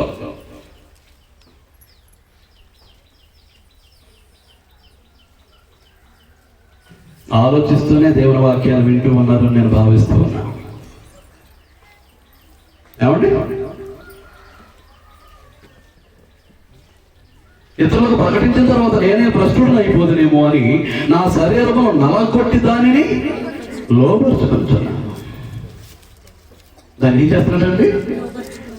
విశ్వాస సంబంధమైనటువంటి పోరాటం, యుద్ధం, విశ్వాస సంబంధమైనటువంటి పోరాటం. నీకు ఒక విషయం చెప్తాను. శత్రువు పక్కవారు ఒబురువాడు అనుకోండి, you have a chance to escape, తప్పించుకోవడానికి అవకాశం ఉంది. మన ఊరిలో అయితే కొంచెం తగ్గింది, తప్పించుకోవడానికి అవకాశం ఏమైంది? తగ్గింది. మన శత్రువు మన ఇంట్లో వాడైతే, మన ఇంట్లో వాడే మన శత్రువు అనుకోండి, తప్పించుకోవడానికి అవకాశం ఉందా? లేదు. నా శత్రువు నాలోనే ఉంటే, నా శత్రువు నాలోనే ఉంటే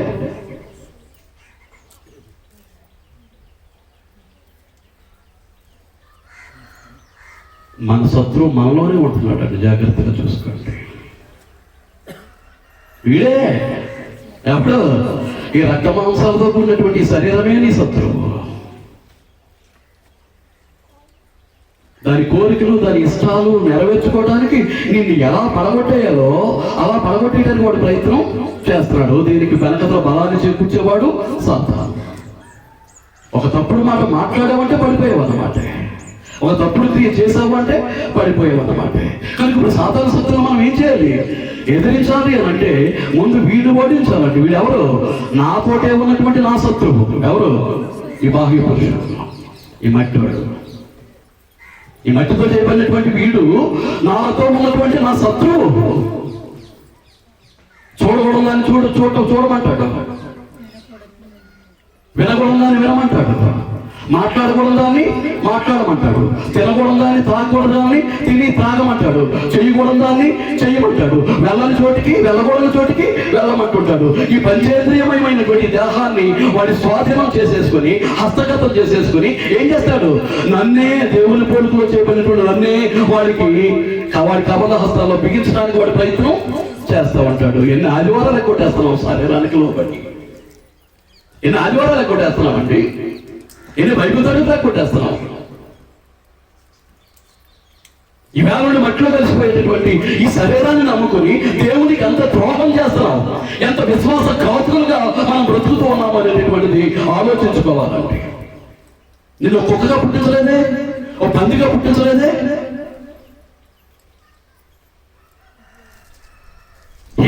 సంబంధమైనటువంటి మరో జంతువులాగా నేను నిర్మించలేదే. ఎవరి పోలికలో చేశాడు? దేవుని పోలికలో చేశాడు. ఆయన ఎంత పరిశుద్ధుడో నీవు నేను అంత పరిశుద్ధులుగా ఉండాలి. ఆయన ఎంత సత్య స్వరూపుడో నీవు నేను అంత సత్య సంబంధులుగా ఉండాలి. ఆయన ఎంత నీతి స్వరూపుడో మనం కూడా అదే నీతిని కలిగి ఉన్నవారమై ఉండాలి. ఆయన ఎంత ప్రేమమయుడో మనము కూడా అదే దేవుని ప్రేమను కలిగి ప్రేమమూర్తులుగా ఉండాలి. కొట్టిన వారిని కొట్టకర్లా, తిట్టిన వారిని తిట్టకర్లా. మన పక్షంగా దేవుడు నిలబడేటట్టుగా చూసుకుంటే he will fight, God will fight behalf of you. నీ పక్షంగా పోరాడేవాడు ఎవరు పోరాడతారు? దేవుడే పోరాడతాడు. విశ్వాస సంబంధమైనటువంటి పోరాటం. ఆ యుద్ధోపకరణం శరీర సంబంధమైనవి కావు. మేము శరీర సంబంధమైనటువంటి పోరాటాన్ని చెయ్యం. కానీ మా యుద్ధోపకరణాలు ఎలాంటివి? దేవుని ఎదుట దుర్గములను పడగొట్టగలిగినంత శక్తివంతమైనటువంటి ఆయుధాలు మా ఆయుధాలు. దేవుడు నమ్ముకోవటం అంటే అంత వేళాకోళంగా తీసుకోకండి. వచ్చి వెళ్ళటం అనుకోకండి. అక్కడ వచ్చి వెళ్ళే కార్యక్రమాలు వేరే ఉన్నాయి మత సంబంధంగా. ఇది మతం కాదు. పరలోకం నుంచి వచ్చాం, మరలా తిరిగి పరలోకానికి పోయేటటువంటి మార్గం క్రైస్తవ్యం. ఇది మతం కాదు. ఇది మతం కాదు. జగన్ యేసు ప్రభు నమ్ముకున్నాడట, అంచేత విగ్రహాలన్నీ కూల్చేస్తున్నాడట, మనుషులను పెట్టి కూలిపించేస్తున్నాడట. ఇప్పుడు ఎంత రభస అయిపోతుందో తెలుసా అండి. టీవీలో న్యూస్ చూసి అలవాటు ఉంటే మీకు తెలుస్తుంది.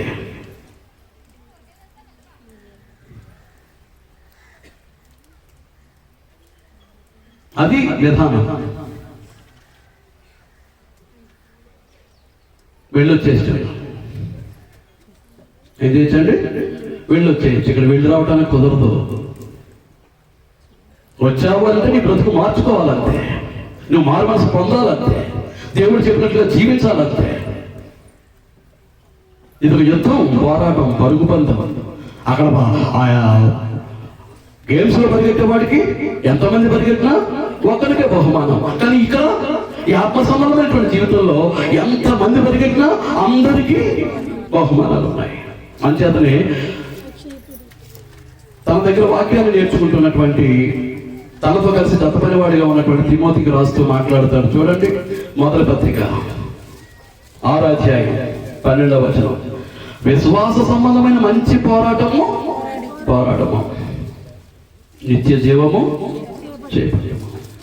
దానిని పొందుటకు నీవు పిలువబడి అనేక సాక్షుల ఎదుట మంచి ఒప్పుకుంటే విశ్వాస సంబంధమైన మంచి పోరాడము. Fight the good fight with the faith. విశ్వాస సంబంధమైనటువంటి మంచి పోరాటం. Fight the good fight with the faith. విశ్వాసంతో కూడినటువంటి మంచి పోరాటం. విశ్వాసాన్ని విడిచిపెట్టేసి కాదు, మోసాలతోటి, అన్యాయంతో, అక్రమంతో, ద్రోహంతో, విశ్వాస ఘాతకంతో కాదు, యథార్థమైనటువంటి భక్తితోటి, యథార్థమైనటువంటి విశ్వాసంతో, యథార్థమైనటువంటి క్రైస్తవ జీవితాన్ని జీవిస్తూ ఏం చేయాలన్నమాట అండి? దేవుని పక్షంగా సాతాను శక్తులతోటి పోరాడవలసినటువంటి వారమై ఉన్నాం. అంచేత తన జతపనివాడైనటువంటి యవనస్తులైనటువంటి తిమోతికి రాస్తే ఏమంటున్నాడు? విశ్వాస సంబంధమైనటువంటి మంచి పోరాడము. దాని యొక్క ఫలితం ఏంటి? నిత్య జీవం, ఎటర్నల్ లైఫ్. దానివల్ల నీకు లభించే బహుమతి ఏంటి? నిత్య జీవం. నిత్య జీవాన్ని చేపట్టము. మీరు ఆలోచిస్తూ ఉన్నారు, నేను భావిస్తూ ఉన్నాను, ఎలాంటి జీవితాన్ని జీవిస్తూ ఉన్నారో. నీకు బదులుగా నీ పాపాన్ని మోసినటువంటి వారి పక్షంగా, నీ బదులుగా నీ పాపాన్ని మోసిన వారి పక్షంగా, నీ బదులుగా నీ పాప శిక్షను భరించిన వారి పక్షంగా, నీకు బదులుగా నీ ప్రాణానికి బదులుగా తన ప్రాణాన్ని సిలువలో అర్పించిన వారికి, వారి సైన్యాధిపత్యం కింద ఎలాంటి విశ్వాస వీరుడిగా జీవిస్తూ ఉన్నావో ఒక్కసారి పరిశీలన చేసుకోమని నేను మనవి చేస్తూ ఉన్నాను దేవుని పక్షంగా, క్రీస్తు ప్రభు నామములో. ఊరికినే బైబిల్ పట్టు తిరగండి, తిరిగితే ప్రయోజనం లేదు. ఏం చేయాలి? మన పోరాటం ఏంటి? విశ్వాస సంబంధమైనటువంటి పోరాటం. మన సైన్యాధిపతి ఎవరు? యేసుక్రీస్తు. విశ్వాస సైన్యాధిపతి. ఆయన కింద మనం ఎవరు? ఆ సైన్యాధిపతి కింద మనం అందరం విశ్వాసం ఇస్తాం. 11వ అధ్యాయంలో విశ్వాస వీరుల యొక్క సంఖ్య ఇచ్చేశాడు. ఇంత గొప్ప సమూహం మనలను ఆవరించి ఉన్నందున, ఇంత గొప్ప సాక్షి సమూహం. ఏ సాక్షి సమూహం? విశ్వాస సాక్షి సమూహం. వాడి జీవితమే సాక్ష్యం. మైకి దగ్గరికి వచ్చి సాక్ష్యాలు చెప్పాల్సిన అవసరం లేదు. నేను గొప్ప విశ్వాసం, నేను గొప్ప భక్తిపరుడిని, భక్తిపరురాలని మైకి ముందుకు వచ్చి సాక్ష్యాలు చెప్పక్కర్లేదు. నువ్వు రోడ్డు మీద నడిచి వెళ్ళిపోతూ ఉంటే నిన్ను చూసిన వారు ఏం చేస్తారు? నిన్ను గురించి సాక్ష్యం చెప్తారు. తనకు తానే డబ్బా కొట్టుకోవటం సాక్ష్యం కాదు. నాకు దేవుడు అది చేసేసాడు, ఇది చేసేసాడు అని. నిన్ను చూసిన వారు ఎదుటివారు చెప్పాలి సాక్ష్యం. నువ్వు దేవుని కొరకు ఎలాంటి జీవితాన్ని జీవిస్తున్నావో, దేవుని యొక్క సన్నిధిలో ఎలాంటి విశ్వాసం కలిగి ఉన్నావో, ఎలాంటి భక్తి కలిగి ఉన్నావో ఎదుటివారు చెప్పాలి. అది సాక్ష్యం. నీకు నువ్వే చెప్పుకున్న సాక్ష్యం అడగవుతుంది. నీ డబ్బా నువ్వు కొట్టుకుంటున్నావు, నీ గొప్పలు నువ్వు చెప్పుకుంటున్నావు, నీ పట్ల నువ్వే అతిశయించుకుంటూ ఉన్నావు, గర్వపడుతూ ఉన్నావు, గొప్పలు పోతూ ఉన్నావు, హెచ్చించుకుంటున్నావు అంతే. మీకు అర్థమైందా? కనుక పౌరులే కూర్చోద్దాం కొంచెంసేపు. ఓపిక ఉంది కదా అండి, ఉంది కదా అండి. ఫిలిప్పీ పత్రిక ముగించేయమంటారా? ఆవిడ ముగించేయమంటారా? ఎవరు మాట్లాడలేదు. 12 రైట్. 3వ అధ్యాయం ఫిలిప్పీ పత్రిక.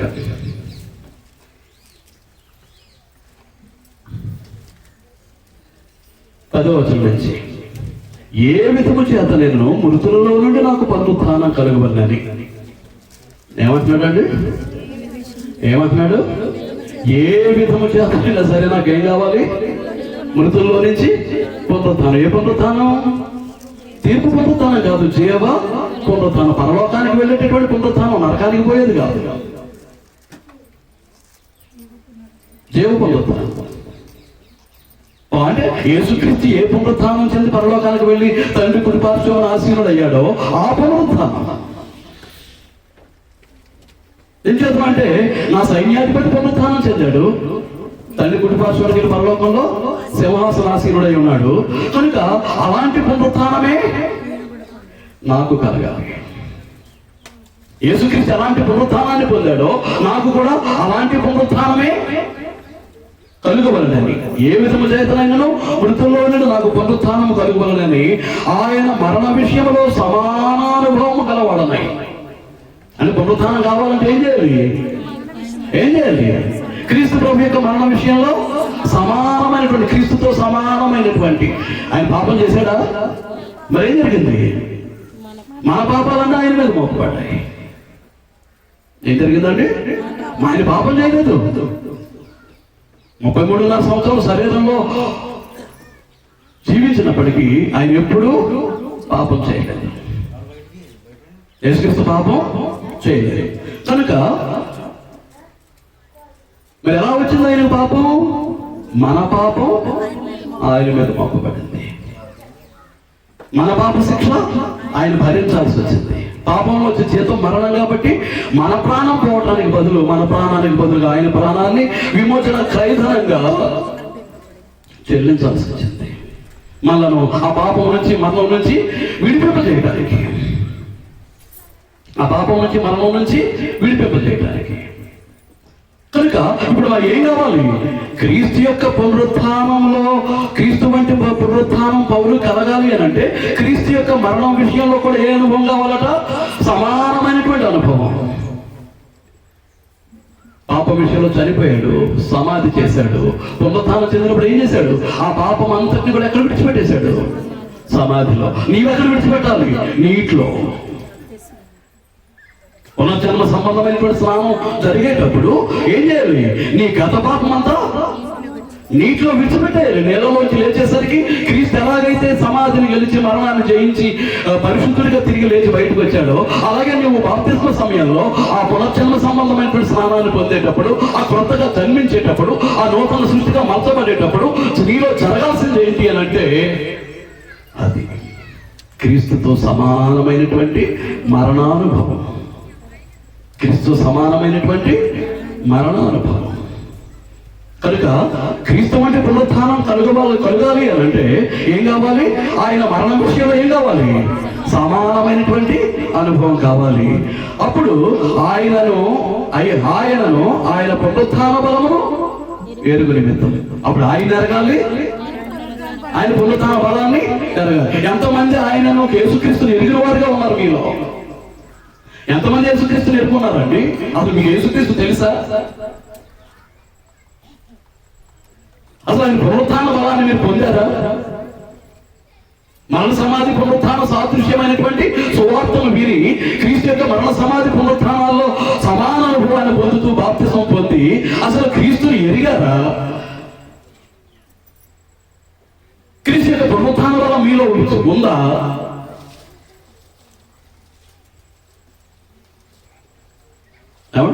క్రీస్తుని ఎరిగితే క్రీస్తు లాంటి జీవితాన్ని జీవిస్తారు. క్రీస్తు లాంటి స్వభావం, క్రీస్తు లాంటి వ్యక్తిత్వం, క్రీస్తు లాంటి జీవన విధానం కలిగిన వారే ఈ భూమి మీద బ్రతుకుతారు. ఎవరు ఎరిగితే? క్రీస్తుని ఎరిగితే. ఎందుకంటే క్రీస్తుని వెంబడించేవాడే క్రైస్తవుడు. క్రీస్తు లాంటి జీవన విధానం కలిగిన వాడే క్రైస్తవుడు, లేకపోతే క్రైస్తవుడు కాదు. బైబిల్ పట్టుకుని అటు ఇటు సారీలు పట్టడం ఎందుకు పనికిరారండి?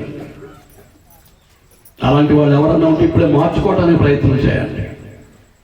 అలాంటి జీవితాన్ని పొందాలి అంటే యేసుక్రీస్తుని ఎరగాలి, యేసుక్రీస్తు యొక్క పునరుత్థాన బలాన్ని ఎరగాలి. ఎరిగి ఆయన శ్రమలలో పాలివాడు ఒకటి ఎత్తిదో ఎరుగు నిమిత్తము ఆయన శ్రమల్లో ఏం చేయాలి? ఏం పడిపోతున్నారు? శ్రమ ఏం పడుతున్నారండి? చెప్పండి, ఏం పడుతున్నారు? ఎన్ని ఆత్మను సంపాదించారు? ఎంతమందిని ప్రభు పాదాల దగ్గర నడిపించారు? ఏ శ్రమ పడుతున్నారు చెప్పండి? ఊరికనే దొగ్గేద్దాం అనుకుంటున్నారే పరలోక రాజ్యాన్ని, నిత్య జీవాన్ని. ఏం చేయక్కర్లా. సంఘంలో కూడా రాజకీయాలు, ఎత్తులు, పై ఎత్తులు, కుయుక్తులు, కుతంత్రాలు, పరిశుద్ధత లేదు, నీతి లేదు, యథార్థత లేదు, విశ్వాసం లేదు, భక్తి లేదు, ఊరిక నటన, వేషధారణ. ఎలాంటి బ్రతికే వాళ్ళు అందరూ ఎవరట? ఎవరండి? యేసుక్రీస్తుని ఎరిగిన వారా? యేసుక్రీస్తు పునరుత్థాన బలాన్ని ఎరిగిన వారా? ఆయన శ్రమంలో పాల్గొని అయ్యేవారా? అవ్వండి, అయ్యేవారా? వ్యర్థమైనటువంటి పనికిమాలినటువంటి జీవితాలు వద్దండి మనకి, నాకైనా మీకైనా. దేవుని కొరకు బ్రతుకుదాం. దేవుని కొరకు సజీవ యాగంగా బలిగా అర్పించేసుకుందాం. బ్రతుకుండగానే సజీవ యాగంగా, యాగం అంటే బలి కనుక మనమే బలిగా అర్పించేసుకుందాం దేవుని కొరకు. అది జీవితం. చావు అనేది అలాగే వచ్చేస్తాం దగ్గరికి. ఒకరోజు గడుస్తూ ఉంటే మన చావు ఒకరోజు మన దగ్గరికి వచ్చేస్తూ ఉంటే ఎప్పుడు ఏం చేస్తుంది? తనకు అబద్ధ హస్తాలతో మనం గట్టిగా కౌగులించుకుంటుంది, చచ్చూరుకుంటాం. అది రాకముందే మనం మారు మనసు పొందుదాం. అది రాకముందే మన బ్రతుకులు తిట్టుకుందాం. అది రాకముందే దేవుని కొరకు బ్రతుకులు అంటే ఏంటో తెలుసుకుందాం. తెలుసుకుని దేవుని కొరకు బ్రతుకుదాం. మీకు అర్థమైందా? ఆయన శ్రమలలో పాలివాడు ఒకటి ఎత్తులో ఎరుగు నిమిత్తమును సమస్తమును నష్టపరుచుకొని వాటిని పెంటతో సమానముగా ఏం చేస్తున్నాడు? భౌతిక జీవితంలో చూస్తే కోట్లకు పడగెత్తినటువంటి వాడు. ఎలాంటి వాడు అండి? కోట్లకు పడగెత్తినటువంటి వాడు. వాళ్ళ ఫాదరు వాడల మీద పెద్ద పెద్ద వ్యాపారం చేసేటటువంటి వ్యాపారవేత్త, బిజినెస్ మ్యాన్. ఎవరు ఫాదరు? పౌలు యొక్క తండ్రి. అసలు రోమా పౌరసత్వం ఆ రోజుల్లో గౌరవ స్థానం కాబట్టి ఏం చేశాడు? డబ్బు పెట్టి కొనుక్కున్నాడు. ఎవరు? పౌలు యొక్క తండ్రి డబ్బు పెట్టి ఏం చేశాడు? రోమా పౌరసత్వాన్ని కొనుక్కున్నాడు. కానీ ఇతనైతే ఎవరు? పుట్టుకతోనే రోమా పౌరసత్వం కలిగిన వాడు, కోట్లకు పడగలెత్తినటువంటి వాడు. ఈ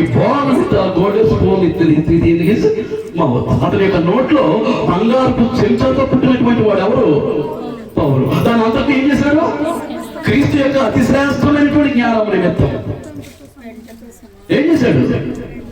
నష్టముగాను పెంటగాను ఏం చేసుకున్నాడట? వదిలేశాడు. భౌతికంగా సమస్తాన్ని ఏం చేశాడు? వదిలేశాడు. యోధామతంలో చేరాడు. యోధామతంలో ఎలాంటి వాడు? చూడండి, 3వ అధ్యాయమే వెనక్కి పేజీ తిప్పితే యోధామత ప్రకారం ఎంతటి గొప్పవాడో మనకు అర్థమవుతుంది. 4వ వచనం కావాలి అంటే నేను శరీరం ఆస్పదం చేసుకోవచ్చు. నా బాహ్య పురుషుడిని, నా శరీరాన్ని, నా దేహాన్ని నేను ఏం చేయొచ్చు? నా జీవితానికి ఆస్పదం అంటే ఆధారం చేసుకోవచ్చు. మరి ఎవరైనా శరీరం ఆస్పదం చేసుకున్న దర్శని కదా నేను మరీ ఎక్కువగా చేసుకోవచ్చు. ఎందుకంటే అతని యొక్క శరీర సంబంధమైనటువంటి ఆధిక్యతలు అలాంటివి.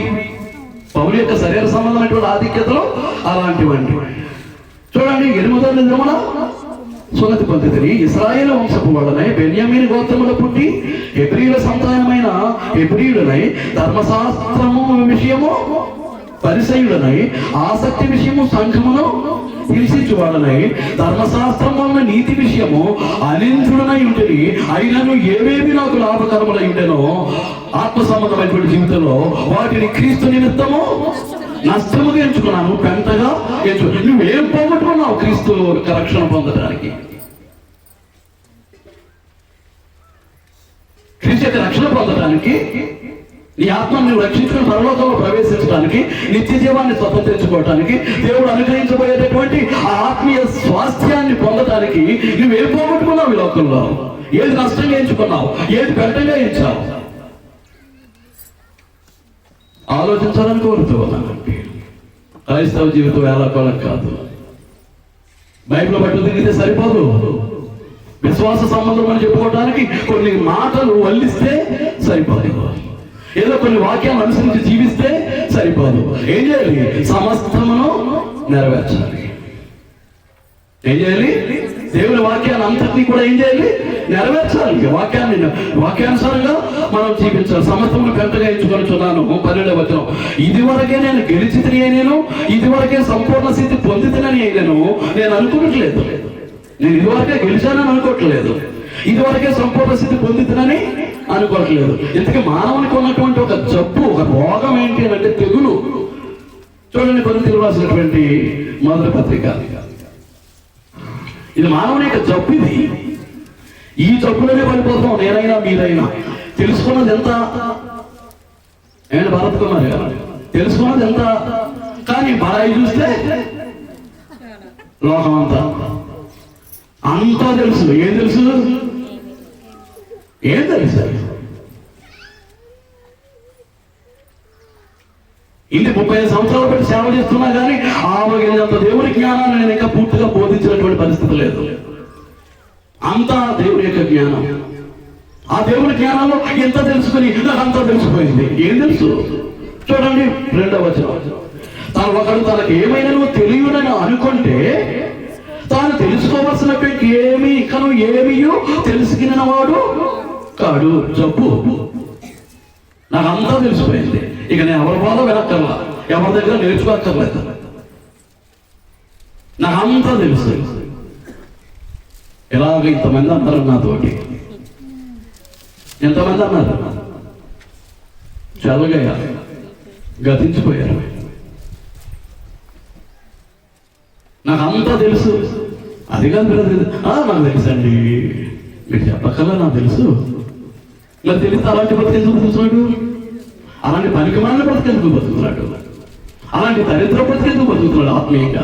ఆత్మీయ దరిద్రం ఎందుకు బతుకుతాడు? అలాంటిది మంచిగా నాకు అంతా తెలిసిపోయింది, నాకు అంతా వచ్చేసింది, కానీ అంతటోడు లేడు, నా అంతటి దేవుని కుమార్తెకి భూమి మీద మరొకరు ఎవరు లేరని స్త్రీలు ఊరికి అతిశయిస్తూ ఉంటే ఇక నేర్చుకోవడానికి ఏమి? నాకు అంతా తెలిసినట్టు ఇంకేం నేర్చుకుంటాడండి? ఈరోజు ఏమవుతుంది? సర్వం వచ్చు. ఏమొచ్చు? సర్వం వచ్చు. ఇక నేర్చుకోవాల్సిన పని లేదు. అది కాదు కదా. ఎంతటి వాడు పౌలు? నాకు చావు అయితే లాభం, బ్రతుకుడి వరకైతే నాలో ఉన్న క్రీస్తే బ్రతుకుతాడని చెప్పినటువంటి వాడు ఇదివరకే నేను గెలిచితిని అయినను, ఇదివరకే సంపూర్ణ స్థితి పొందితినని అయినను నేను అనుకోవట్లేదు. అంటే ఇంకేంటనిపిస్తుంది అతను ఆత్మీయ జీవితంలో? ఆ స్థాయికి వెళ్ళిపోయినప్పటికి కూడా ఇంకా ఏదో లోటు, నేర్చుకోవాల్సింది ఏదో కనపడుతూ ఉంది, ఇంకా సాధించాల్సింది ఏదో కనపడుతుంది. అంచేతనే నేను గెలిచిందని కానీ ఇదివరకే సంపూర్ణ స్థితి పొందానని కానీ నేను అనుకోనట్లేదు. నేను దేని నిమిత్తము క్రీస్తు చేత పట్టబడితేను. ఆయన పట్టుకున్నది క్రీస్తు. ఎలా పట్టుకున్నాడో, ఏ పరిస్థితిలో పట్టుకున్నాడో మనకు తెలుసు. యెరూషలేం అయిపోయింది. సిరియా రాజధాని అయినటువంటి దమస్కులో ఉన్నటువంటి క్రైస్తవులు హింసించడానికి అధికార పత్రాలు పుచ్చుకున్నాడు. కొంతమంది సైనికులు వెంట పెట్టుకున్నాడు. సంఘాన్ని హింసించుట్లో ఏం పెట్టారు? ఆసక్తి విషయము సంఘాన్ని హింసించేవాడట. అక్కడే ఉంది 3వ అధ్యాయంలోనే. ఆసక్తి విషయం ఎవరటండి? ఎవడన్నా ఆసక్తి కోసం ఎవడన్నా చేస్తాడండి? ధర్మశాస్త్ర విధానమే రైట్ అండి. ఇదేదో కొత్త మతం అని గెలిచి ఆ ధర్మశాస్త్ర యాజకులు, ప్రధాన యాజకులు, శాస్త్రులు, పరిచయులు, దానికి ఎంతో ఉన్నటువంటి అతి నాయకులు అందరూ తప్పుడుగా నడిపిస్తే, తప్పుడుగా నడిచి ఏం చేశాడు? క్రైస్తవులందరినీ హింసించేశాడు. భర్త ఎదురుకుండా భార్యను చంపాడు, భార్య ఎదురుకుండా భర్తను చంపాడు, తల్లిదండ్రులు ఎదురుకుండా పిల్లలను చంపాడు, పిల్లలు ఎదురుకుండా తల్లిదండ్రులు చంపాడు, చెరసాల పెట్టించాడు, గుర్రాలతో దక్కించాడు, రకరకాలుగా హింసించి క్రైస్తవులందరినీ ఏం చేశాడండి? సర్వనాశనం చేసినటువంటి వాడు ఇప్పుడు ఏమంటాడు? దేని నిమిత్తము క్రీస్తు యేసు చేత పట్టబడుతును? దేని నిమిత్తం పట్టబడ్డాడు? నీవెవడవు ప్రభువా? నీవు హింసించుతున్నటువంటి యేసు. ఎవరిని హింసిస్తున్నాడు? ఎవరిని హింసిస్తున్నాడు అండి? సంఘాన్ని హింసిస్తున్నాడు. మరి యేసు ఏమంటున్నాడు? నీవు హింసిస్తున్నటువంటి యేసు. ఇక్కడ సంఘాన్ని హింసిస్తుంటే యేసుకి సంబంధం ఏంటి? సంఘము క్రీస్తు యొక్క శరీరం. క్రీస్తుకి ఎన్ని శరీరాలు ఉంటాయి? అంటే భూమి మీద ఎన్ని సంఘాలు ఉండాలి? ఎన్ని ఉన్నాయి? ఇప్పుడు చెప్తున్నాం కదా, 70,000 ప్రపంచవ్యాప్తంగా 70,000 సంఘాలు ఉన్నాయి. ఇక్కడ ఎవడి ఇష్టం వాడిది, ఎవడి బోధ వాడిది, ఎవడి విశ్వాసం వాడిది. విశ్వాసం ఒక్కటే అని బైబిల్ చెప్తుంది. ఏపీసీ పత్రిక 4:4-5 వచనాల్లో ఒక్క విశ్వాసం లేదు. ఎవడి విశ్వాసం వాడిది. 70,000 విశ్వాసాలు ఉన్నాయి భూమి మీద. మీకు అర్థమవుతుందా అండి? అంచేత దేని నిమిత్తము క్రీస్తు చేత పట్టబడుతునో దానిని పట్టుకొనవలని ఏం చేస్తున్నాడట? పరిగెత్తుచున్నాను. మరి నీవు దేనికి పట్టుకుంటావు? యేసుక్రీస్తు చేత. యేసుక్రీస్తు పట్టుకోకుండా నువ్వు క్రీస్తు సంఘ సభ్యురాలివి కాదు. అలాంటి పరిస్థితుల్లో క్రీస్తు యొక్క చిత్తం ఏంటో నీలో నెరవేరుతుందా? క్రీస్తు చెప్పినట్లుగా నువ్వు జీవించగలుగుతున్నావా? క్రీస్తు చెప్పినట్లుగా దేవుని కొరకు నువ్వు పనిచేయగలుగుతున్నావా?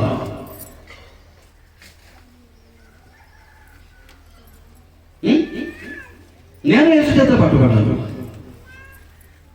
మీరు కూడా ఎవరి చేత పట్టుబడ్డారు? యేసు చేత పట్టబడ్డారు.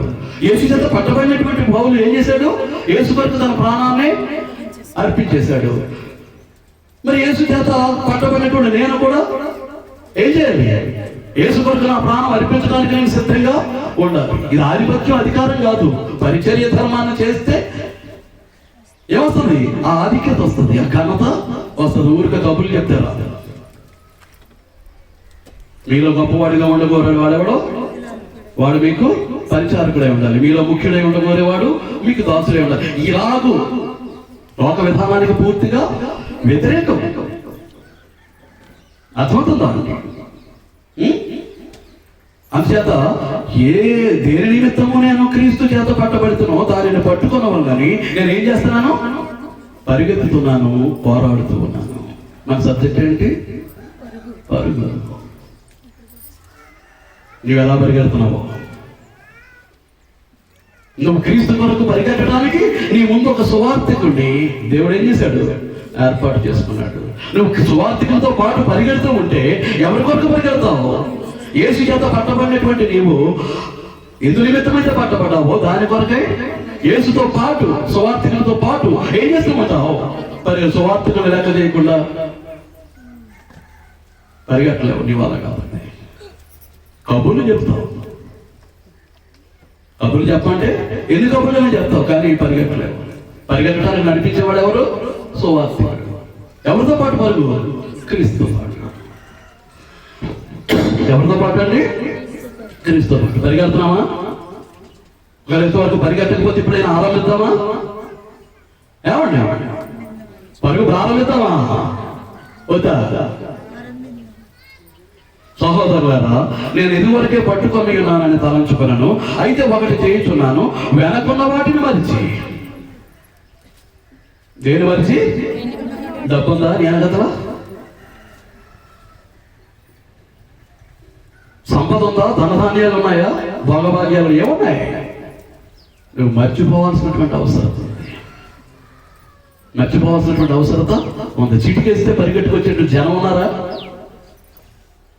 మర్చిపోవాల్సినటువంటి అవసరత ఉంది. వెనుకున్న వాటిని ఏం చేయాలి? మర్చిపోవాలి. అదే మర్చిపోయాడు. కోట్లకు పడగెత్తిన వాడైనప్పటికీ పౌలు ఏం చేశాడు? మర్చిపోయాడు. ధర్మశాస్త్ర ప్రకారం ఎంతో ఉన్నత స్థితిలో ఉన్నాడు. మీకు అర్థమవుతుందా అండి? సన్నిహితుడి సభలో సభ్యత్వం పొందటం అంటే అది యూదుల యొక్క న్యాయ సభ. ఆ సభలో సభ్యత్వం కలిగిన వాడు 70 మంది సభ్యుల్లో పౌలు ఒకడు. అవన్నీ కూడా ఏం చేశాడు? నష్టముగాను పెంటగాను ఎంచుకొని వెనకున్న వాటిని గొప్పలన్నింటినీ ఏం చేశాడు? వెనకతున్న గొప్పలన్నీ ఏం చేశాడండి? మాట్లాడలేదు. వెనకున్న వాటిని అన్నింటినీ మరిచి, నువ్వు కోట్లకు పడగెత్తిన వాడు అయినా నీ కోట్లు దేనికి పనికిరావు, నువ్వు చచ్చేదేవన్నా. నువ్వు చావుకి దగ్గర అయిపోయావు, దేవుడు పిలిచేస్తున్నాడు, నువ్వు వెళ్ళిపోవాల్సినటువంటి అవసరం ఉంది. నీ శరీరాన్ని నువ్వు విడిచిపెట్టాలి, నీ కుటుంబాన్ని నువ్వు విడిచిపెట్టాలి, నీ రక్త సంబంధం నువ్వు విడిచిపెట్టాలి, నీ స్నేహితులను విడిచిపెట్టాలి, నువ్వు పుట్టి పెరిగినటువంటి ఊరిని విడిచిపెట్టాలి, చివరికి భూమిని విడిచిపెట్టి పోవాల్సినటువంటి పరిస్థితి వస్తే ఇంకెక్కడ డబ్బు?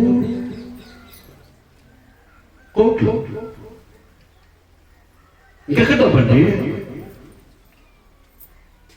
నువ్వెంత గొప్పవాడివైనా లోకానుసారంగా దాన్ని అంతకు ఏం చేయాలి? విడిచిపెట్టి, వెనకున్నవి విడిచిపెట్టడం కాదండి, మర్చిపోమంటున్నాడు. విడిచిపెట్టడం వేరు, మళ్ళీ ఇంకా మనసులోకి వస్తుంటే దాన్ని వెనకాల పరిగెడతాం. ఏం చేయమంటున్నాడు? వెనక నీకు ఏ గొప్పలైతే ఉన్నాయో, ఏ ఆధిక్యతలు ఉన్నాయో, ఏ ఘనతలు అయితే ఉన్నాయో, ఏ గౌరవాలు అయితే ఉన్నాయో, ఏ గొప్పదనాలు అయితే ఉన్నాయో అవన్నీ యేసుక్రీస్తు నామమున నిమిత్తం ఏం చేయాలి? ఏం చేయాలి? వెంకటేష్ గారు మర్చిపోవాలి.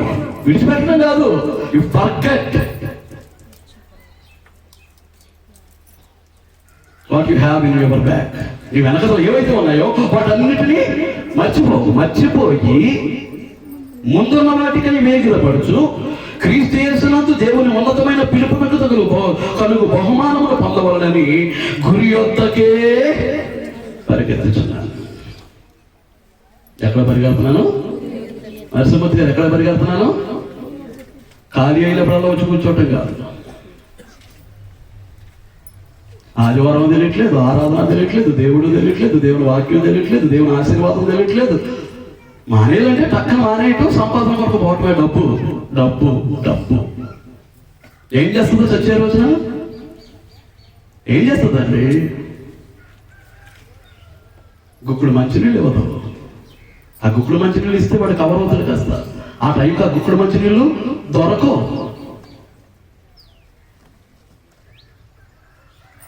కోట్లు ఉన్నాయి, చివరకు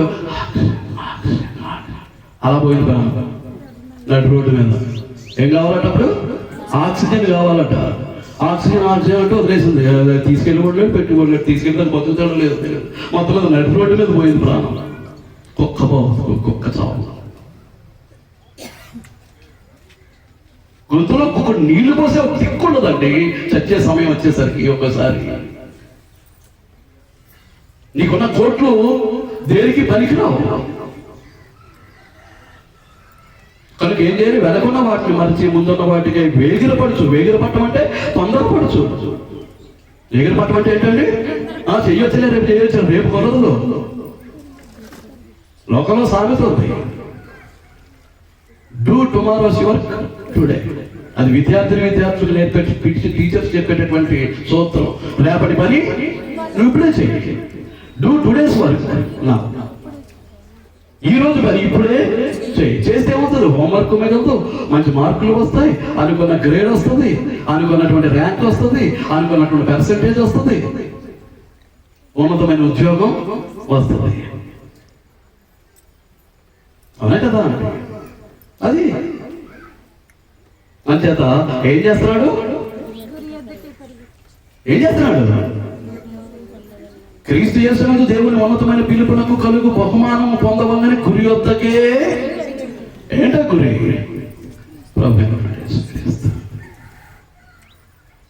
ఏంటని గురి? ప్రభు అయినటువంటి యేసుక్రీస్తు. ఆయన లాంటి పునరుత్థానం కలగాలని. ఎవరిలాంటి? యేసుక్రీస్తు లాంటి. యేసుక్రీస్తు లాంటి పునరుత్థానం కలగాలి అని అంటే యేసుక్రీస్తు మరణ విషయంలో ఎలాంటి అనుభవాన్ని పొందాడో ఆ మరణ విషయంలో దేవుని కొరకు పనిచేస్తూ దానికి సమానమైనటువంటి మరణానుభవం. దేవుని పనిలో ఇప్పుడు నేను ఇప్పుడే కోరుకుంటా, నేను ఎలా బోధిస్తూ ప్రాణం పోవాలని కోరుకుంటాను. ఎక్కడైనా కానీ, ఏ ఊర్లోనైనా లేదా స్థానిక సంఘంలోనైనా ఇలా నిలబడి బోధిస్తూ నా ప్రాణం విడిచిపెట్టేయాలని నా కోరిక. మరి దేవుడు ఎలా తీసుకెళ్తాడో నాకు తెలియదు. దేవుని సన్నిధిలోనే పోవాలి ప్రాణం. వాక్యాలు బోధిస్తూనే పోవాలి నా ప్రాణం. వాక్యాలు బోధిస్తూనే దేవుని పిలుపు నాకు చేరాలి. మరి మీరేం కోరుకుంటారు నాకు తెలియదు. కాకపోతే ఈ పోరాటం ఎలా ఉండాలండి? ఎలా ఉండాలి?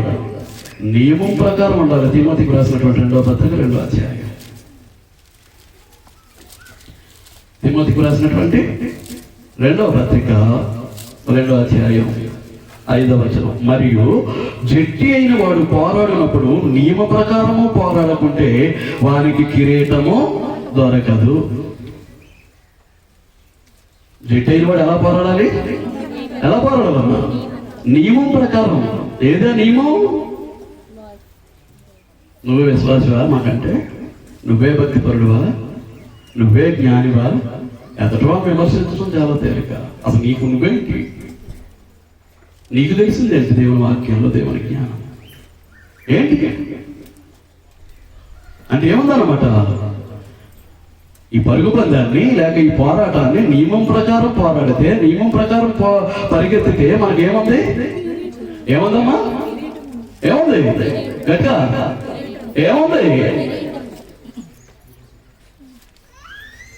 ఏముందండి? కిరీటం. చూడండి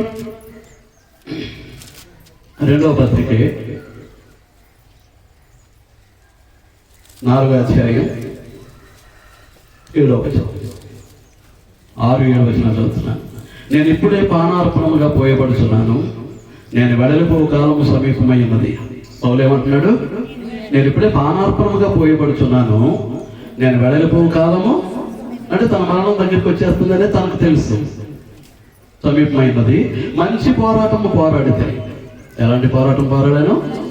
మంచి పోరాటము పోరాడితే, నా పరుగు కడముట్టించి తిని విశ్వాసమును కాపాడుకుంటే ఇక మీదట నా కొరకు నీతి కిరీటం ఉంచబడి ఉన్నది. ఏ కిరీటం? Crown of righteous. నీతి కిరీటం ఎవరు ధరింపజేస్తారు? నీతిమంతుడా అని ఏం చేస్తాడు దేవుడు? నీతి కిరీటాన్ని శిరస్సు మీద పెడతాడు. నీతిమంతుడా అని ఆ నీతి కిరీటాన్ని ఏం చేస్తాడట?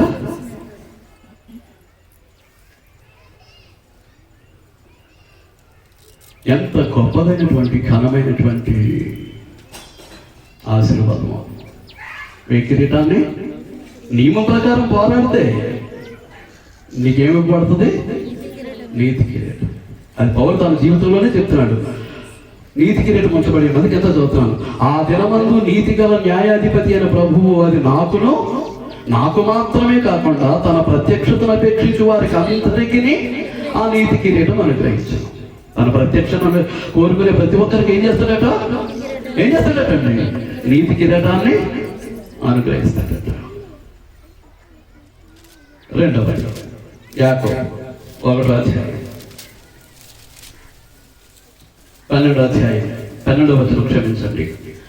యాకోబు రాసిన పత్రిక 1వ అధ్యాయం 12వ వచనం. శోధన సహించేవాడు ధన్యుడు, అతడు శోధనకు నిలిచిన వాడై ప్రభువు తను ప్రేమించు వారికి వాగ్దానం చేసిన జీవ కిరీటము ఏమంటారు? నమ్మకమైనటువంటి జీవితాన్ని జీవిస్తే దేవుడు ఏం చేస్తాడటండి? ముందు నీతి కిరీటం, తర్వాత జీవ కిరీటం. 2వది ఏంటంటే జీవ కిరీటం. 3వది మహిమా కిరీటం. పేతురు రాసినటువంటి మొదటి పత్రిక 5వ అధ్యాయం 4వ వచనం. ప్రధాన కాపరి ప్రత్యక్షమైనప్పుడు, ఇది పెద్దల గురించి మాట్లాడుతూ 5వ అధ్యాయం ప్రారంభం నుంచి ఎవరి గురించి మాట్లాడుతున్నాడు? సంఘ పెద్దల గురించి మాట్లాడుతూ, ప్రధాన కాపరి ప్రత్యక్షమైనప్పుడు మీరు వాడబారని మహిమ కిరీటము పొందుతారు. దేని వరకు బతుకుతున్నామంటే నమ్మేసుకున్నామని. ఏ కొరకు బ్రతుకుతున్నావు? విలువైన వస్త్రాల కొరక, విలువైన నగల కొరక, విలువైన ఇళ్ళు కొరక, దేని కొరకు బ్రతుకుతున్నావు? ఇవన్నీ అవసరమే. వీటన్నింటికీ ముందుగా మనం ఎవరి కొరకు బ్రతకాలి? దేవుని కొరకు. దేవుడు ఏం చేస్తాడు? నీతి కిరీటాన్ని ఇస్తాడు, జీవ కిరీటాన్ని ఇస్తాడు, మహిమా కిరీటాన్ని ఇస్తాడు. మనం కడ వరకు నమ్మకంగా జీవిస్తే, ఎప్పటి వరకు? మనం చనిపోయేంత వరకు నమ్మకంగా జీవిస్తే మనకేం చేస్తాడు? నీతి కిరీటం, జీవ కిరీటం. ప్రకటన గ్రంథం 2వ అధ్యాయం 10వ వచనం. ప్రకటన గ్రంథం 2వ అధ్యాయం 10వ వచనం. ఇదిగో మీరు శోధింపబడినట్లు అపవాది మీలో కొందరిని చెరలో వేయింపబోచున్నాడు. 10 దినములు నీకు శ్రమ కలుగును, మరణము వరకు నమ్మకముగా ఉండము, నేను నీకు జీవ కిరీటము ఇచ్చాను. ఎప్పటి వరకు నమ్మకంగా ఉండాలి? After death you will be faithful to your God. ఈ దేవునికి నువ్వు మరణ పర్యంతం కూడా ఎలా ఉండాలి? నమ్మకంగా జీవిస్తే ఆయన ఏం చేస్తాడు? జీవ కిరీటం, నీతి, జీవ మహిమ, జీవిత విలువ. అది దేవుని పోలికలు సృష్టించబడినటువంటి మానవుడికి దేవుడు ఇచ్చేటటువంటి గొప్ప విలువ, విలువైనటువంటి జీవితం. అది ఆయన శిలువ మరణంతో మనకి ఇచ్చాడు, ఆయన శిలువ రక్తంతో మనకు దాన్ని దారిపోసాడు. మనకి అయోగ్యులు యోగ్యులుగా మనిషి మా వీరికి ఇదేం చేస్తున్నాడు? సింహాసనం మీద కూర్చోబెట్టి నీతి కిరీటాన్ని, జీవ కిరీటాన్ని, మహిమా కిరీటం చేత మనం ఏం చేయాలి? మరణ పర్యంతము నమ్మకంగా ఉండాలి. నమ్మకంగా ఉంటే ఆ కిరీటంతో ఏం చేస్తాడు? మనలను గౌరవిస్తాడు, ఘనపరుస్తాడు. అలాంటి పరుగు పరిగెడదాం, అలాంటి పోరాటాన్ని చేద్దాం. భౌతికమైనటువంటి అక్షయ కిరీటాలు వద్దు. ఎంత చదువు చదివాడు, ఇంత ఏముండేది కాదు, ఇంత సంపాదించేశాడు. ఏముండేది కాదట, ఇంత సంపాదించేశాడు. ఇప్పుడు ఎంత సంపాదించాడో టీవీలో వింటా ఉంటాం. ఎక్కడ మా మా ఆస్తులు, మా భూములు ఎక్కడెక్కడ ఉన్నాయి మాకు తెలియదు అంటాడు. ఏం జరుగుతుంది? చేస్తే ఏం జరుగుతుందండి? కాబట్టి మంచి పోరాటం పోరాడదాం, మన విశ్వాసాన్ని కాపాడుకుందాం, నిత్య జీవాన్ని చేపడదాం. మీకు అర్థమైంది కదా? మనం ఆ పరిగెత్తే వాళ్ళు, పరుగు పద్ధతిలో పరిగెత్తే వాళ్ళు క్షయమైనటువంటి కిరీటం కొరకు వారు పరిగెత్తుతారు, పోరాడతారు. మనమైతే అక్షయ కిరీటం. దానికి ఎవరు? పౌలు యొక్క జీవితం మనకు మాదిరి. గురి లేని వారి వల్లే మనం పరిగెత్తారు. గురి లేని వారి వల్లే మన గురి ఎవరు? పౌలకైనా మనకైనా ఎవరు? యేసుక్రీస్తు. విశ్వాసం మనకు కర్తయ్యు, దాన్ని కొనసాగించేవాడు అయినటువంటి యేసు వైపు చూస్తూ మన ముందుంచబడినటువంటి పందెపు రంగంలో ఓపికతో పరిగెడదాం. శ్రమలు వస్తాయి, కష్టాలు వస్తాయి. ఆయన ఏమయ్యాడు? అవమానాన్ని నిర్లక్ష్య పెట్టాడు, సిలువను సహించాడు. చివరికి ఏం చేశాడు? దేవుని గుడి పారిశ్రమ సింహాసనాసీనుడై ఇప్పుడు ఎంత అధికారంతో ఉన్నాడో అదే అధికారాన్ని మనం పొంది దేవుని మహిమ కొరకు జీవిద్దాం. శ్రద్ధగా విన్న మీ అందరికీ నా హృదయపూర్వక వందనాలు చెల్లిస్తూ నేను పాఠాలు ముగిస్తూ ఉన్నాను. అందరికీ వందనాలండి. అధ్యక్షుడు.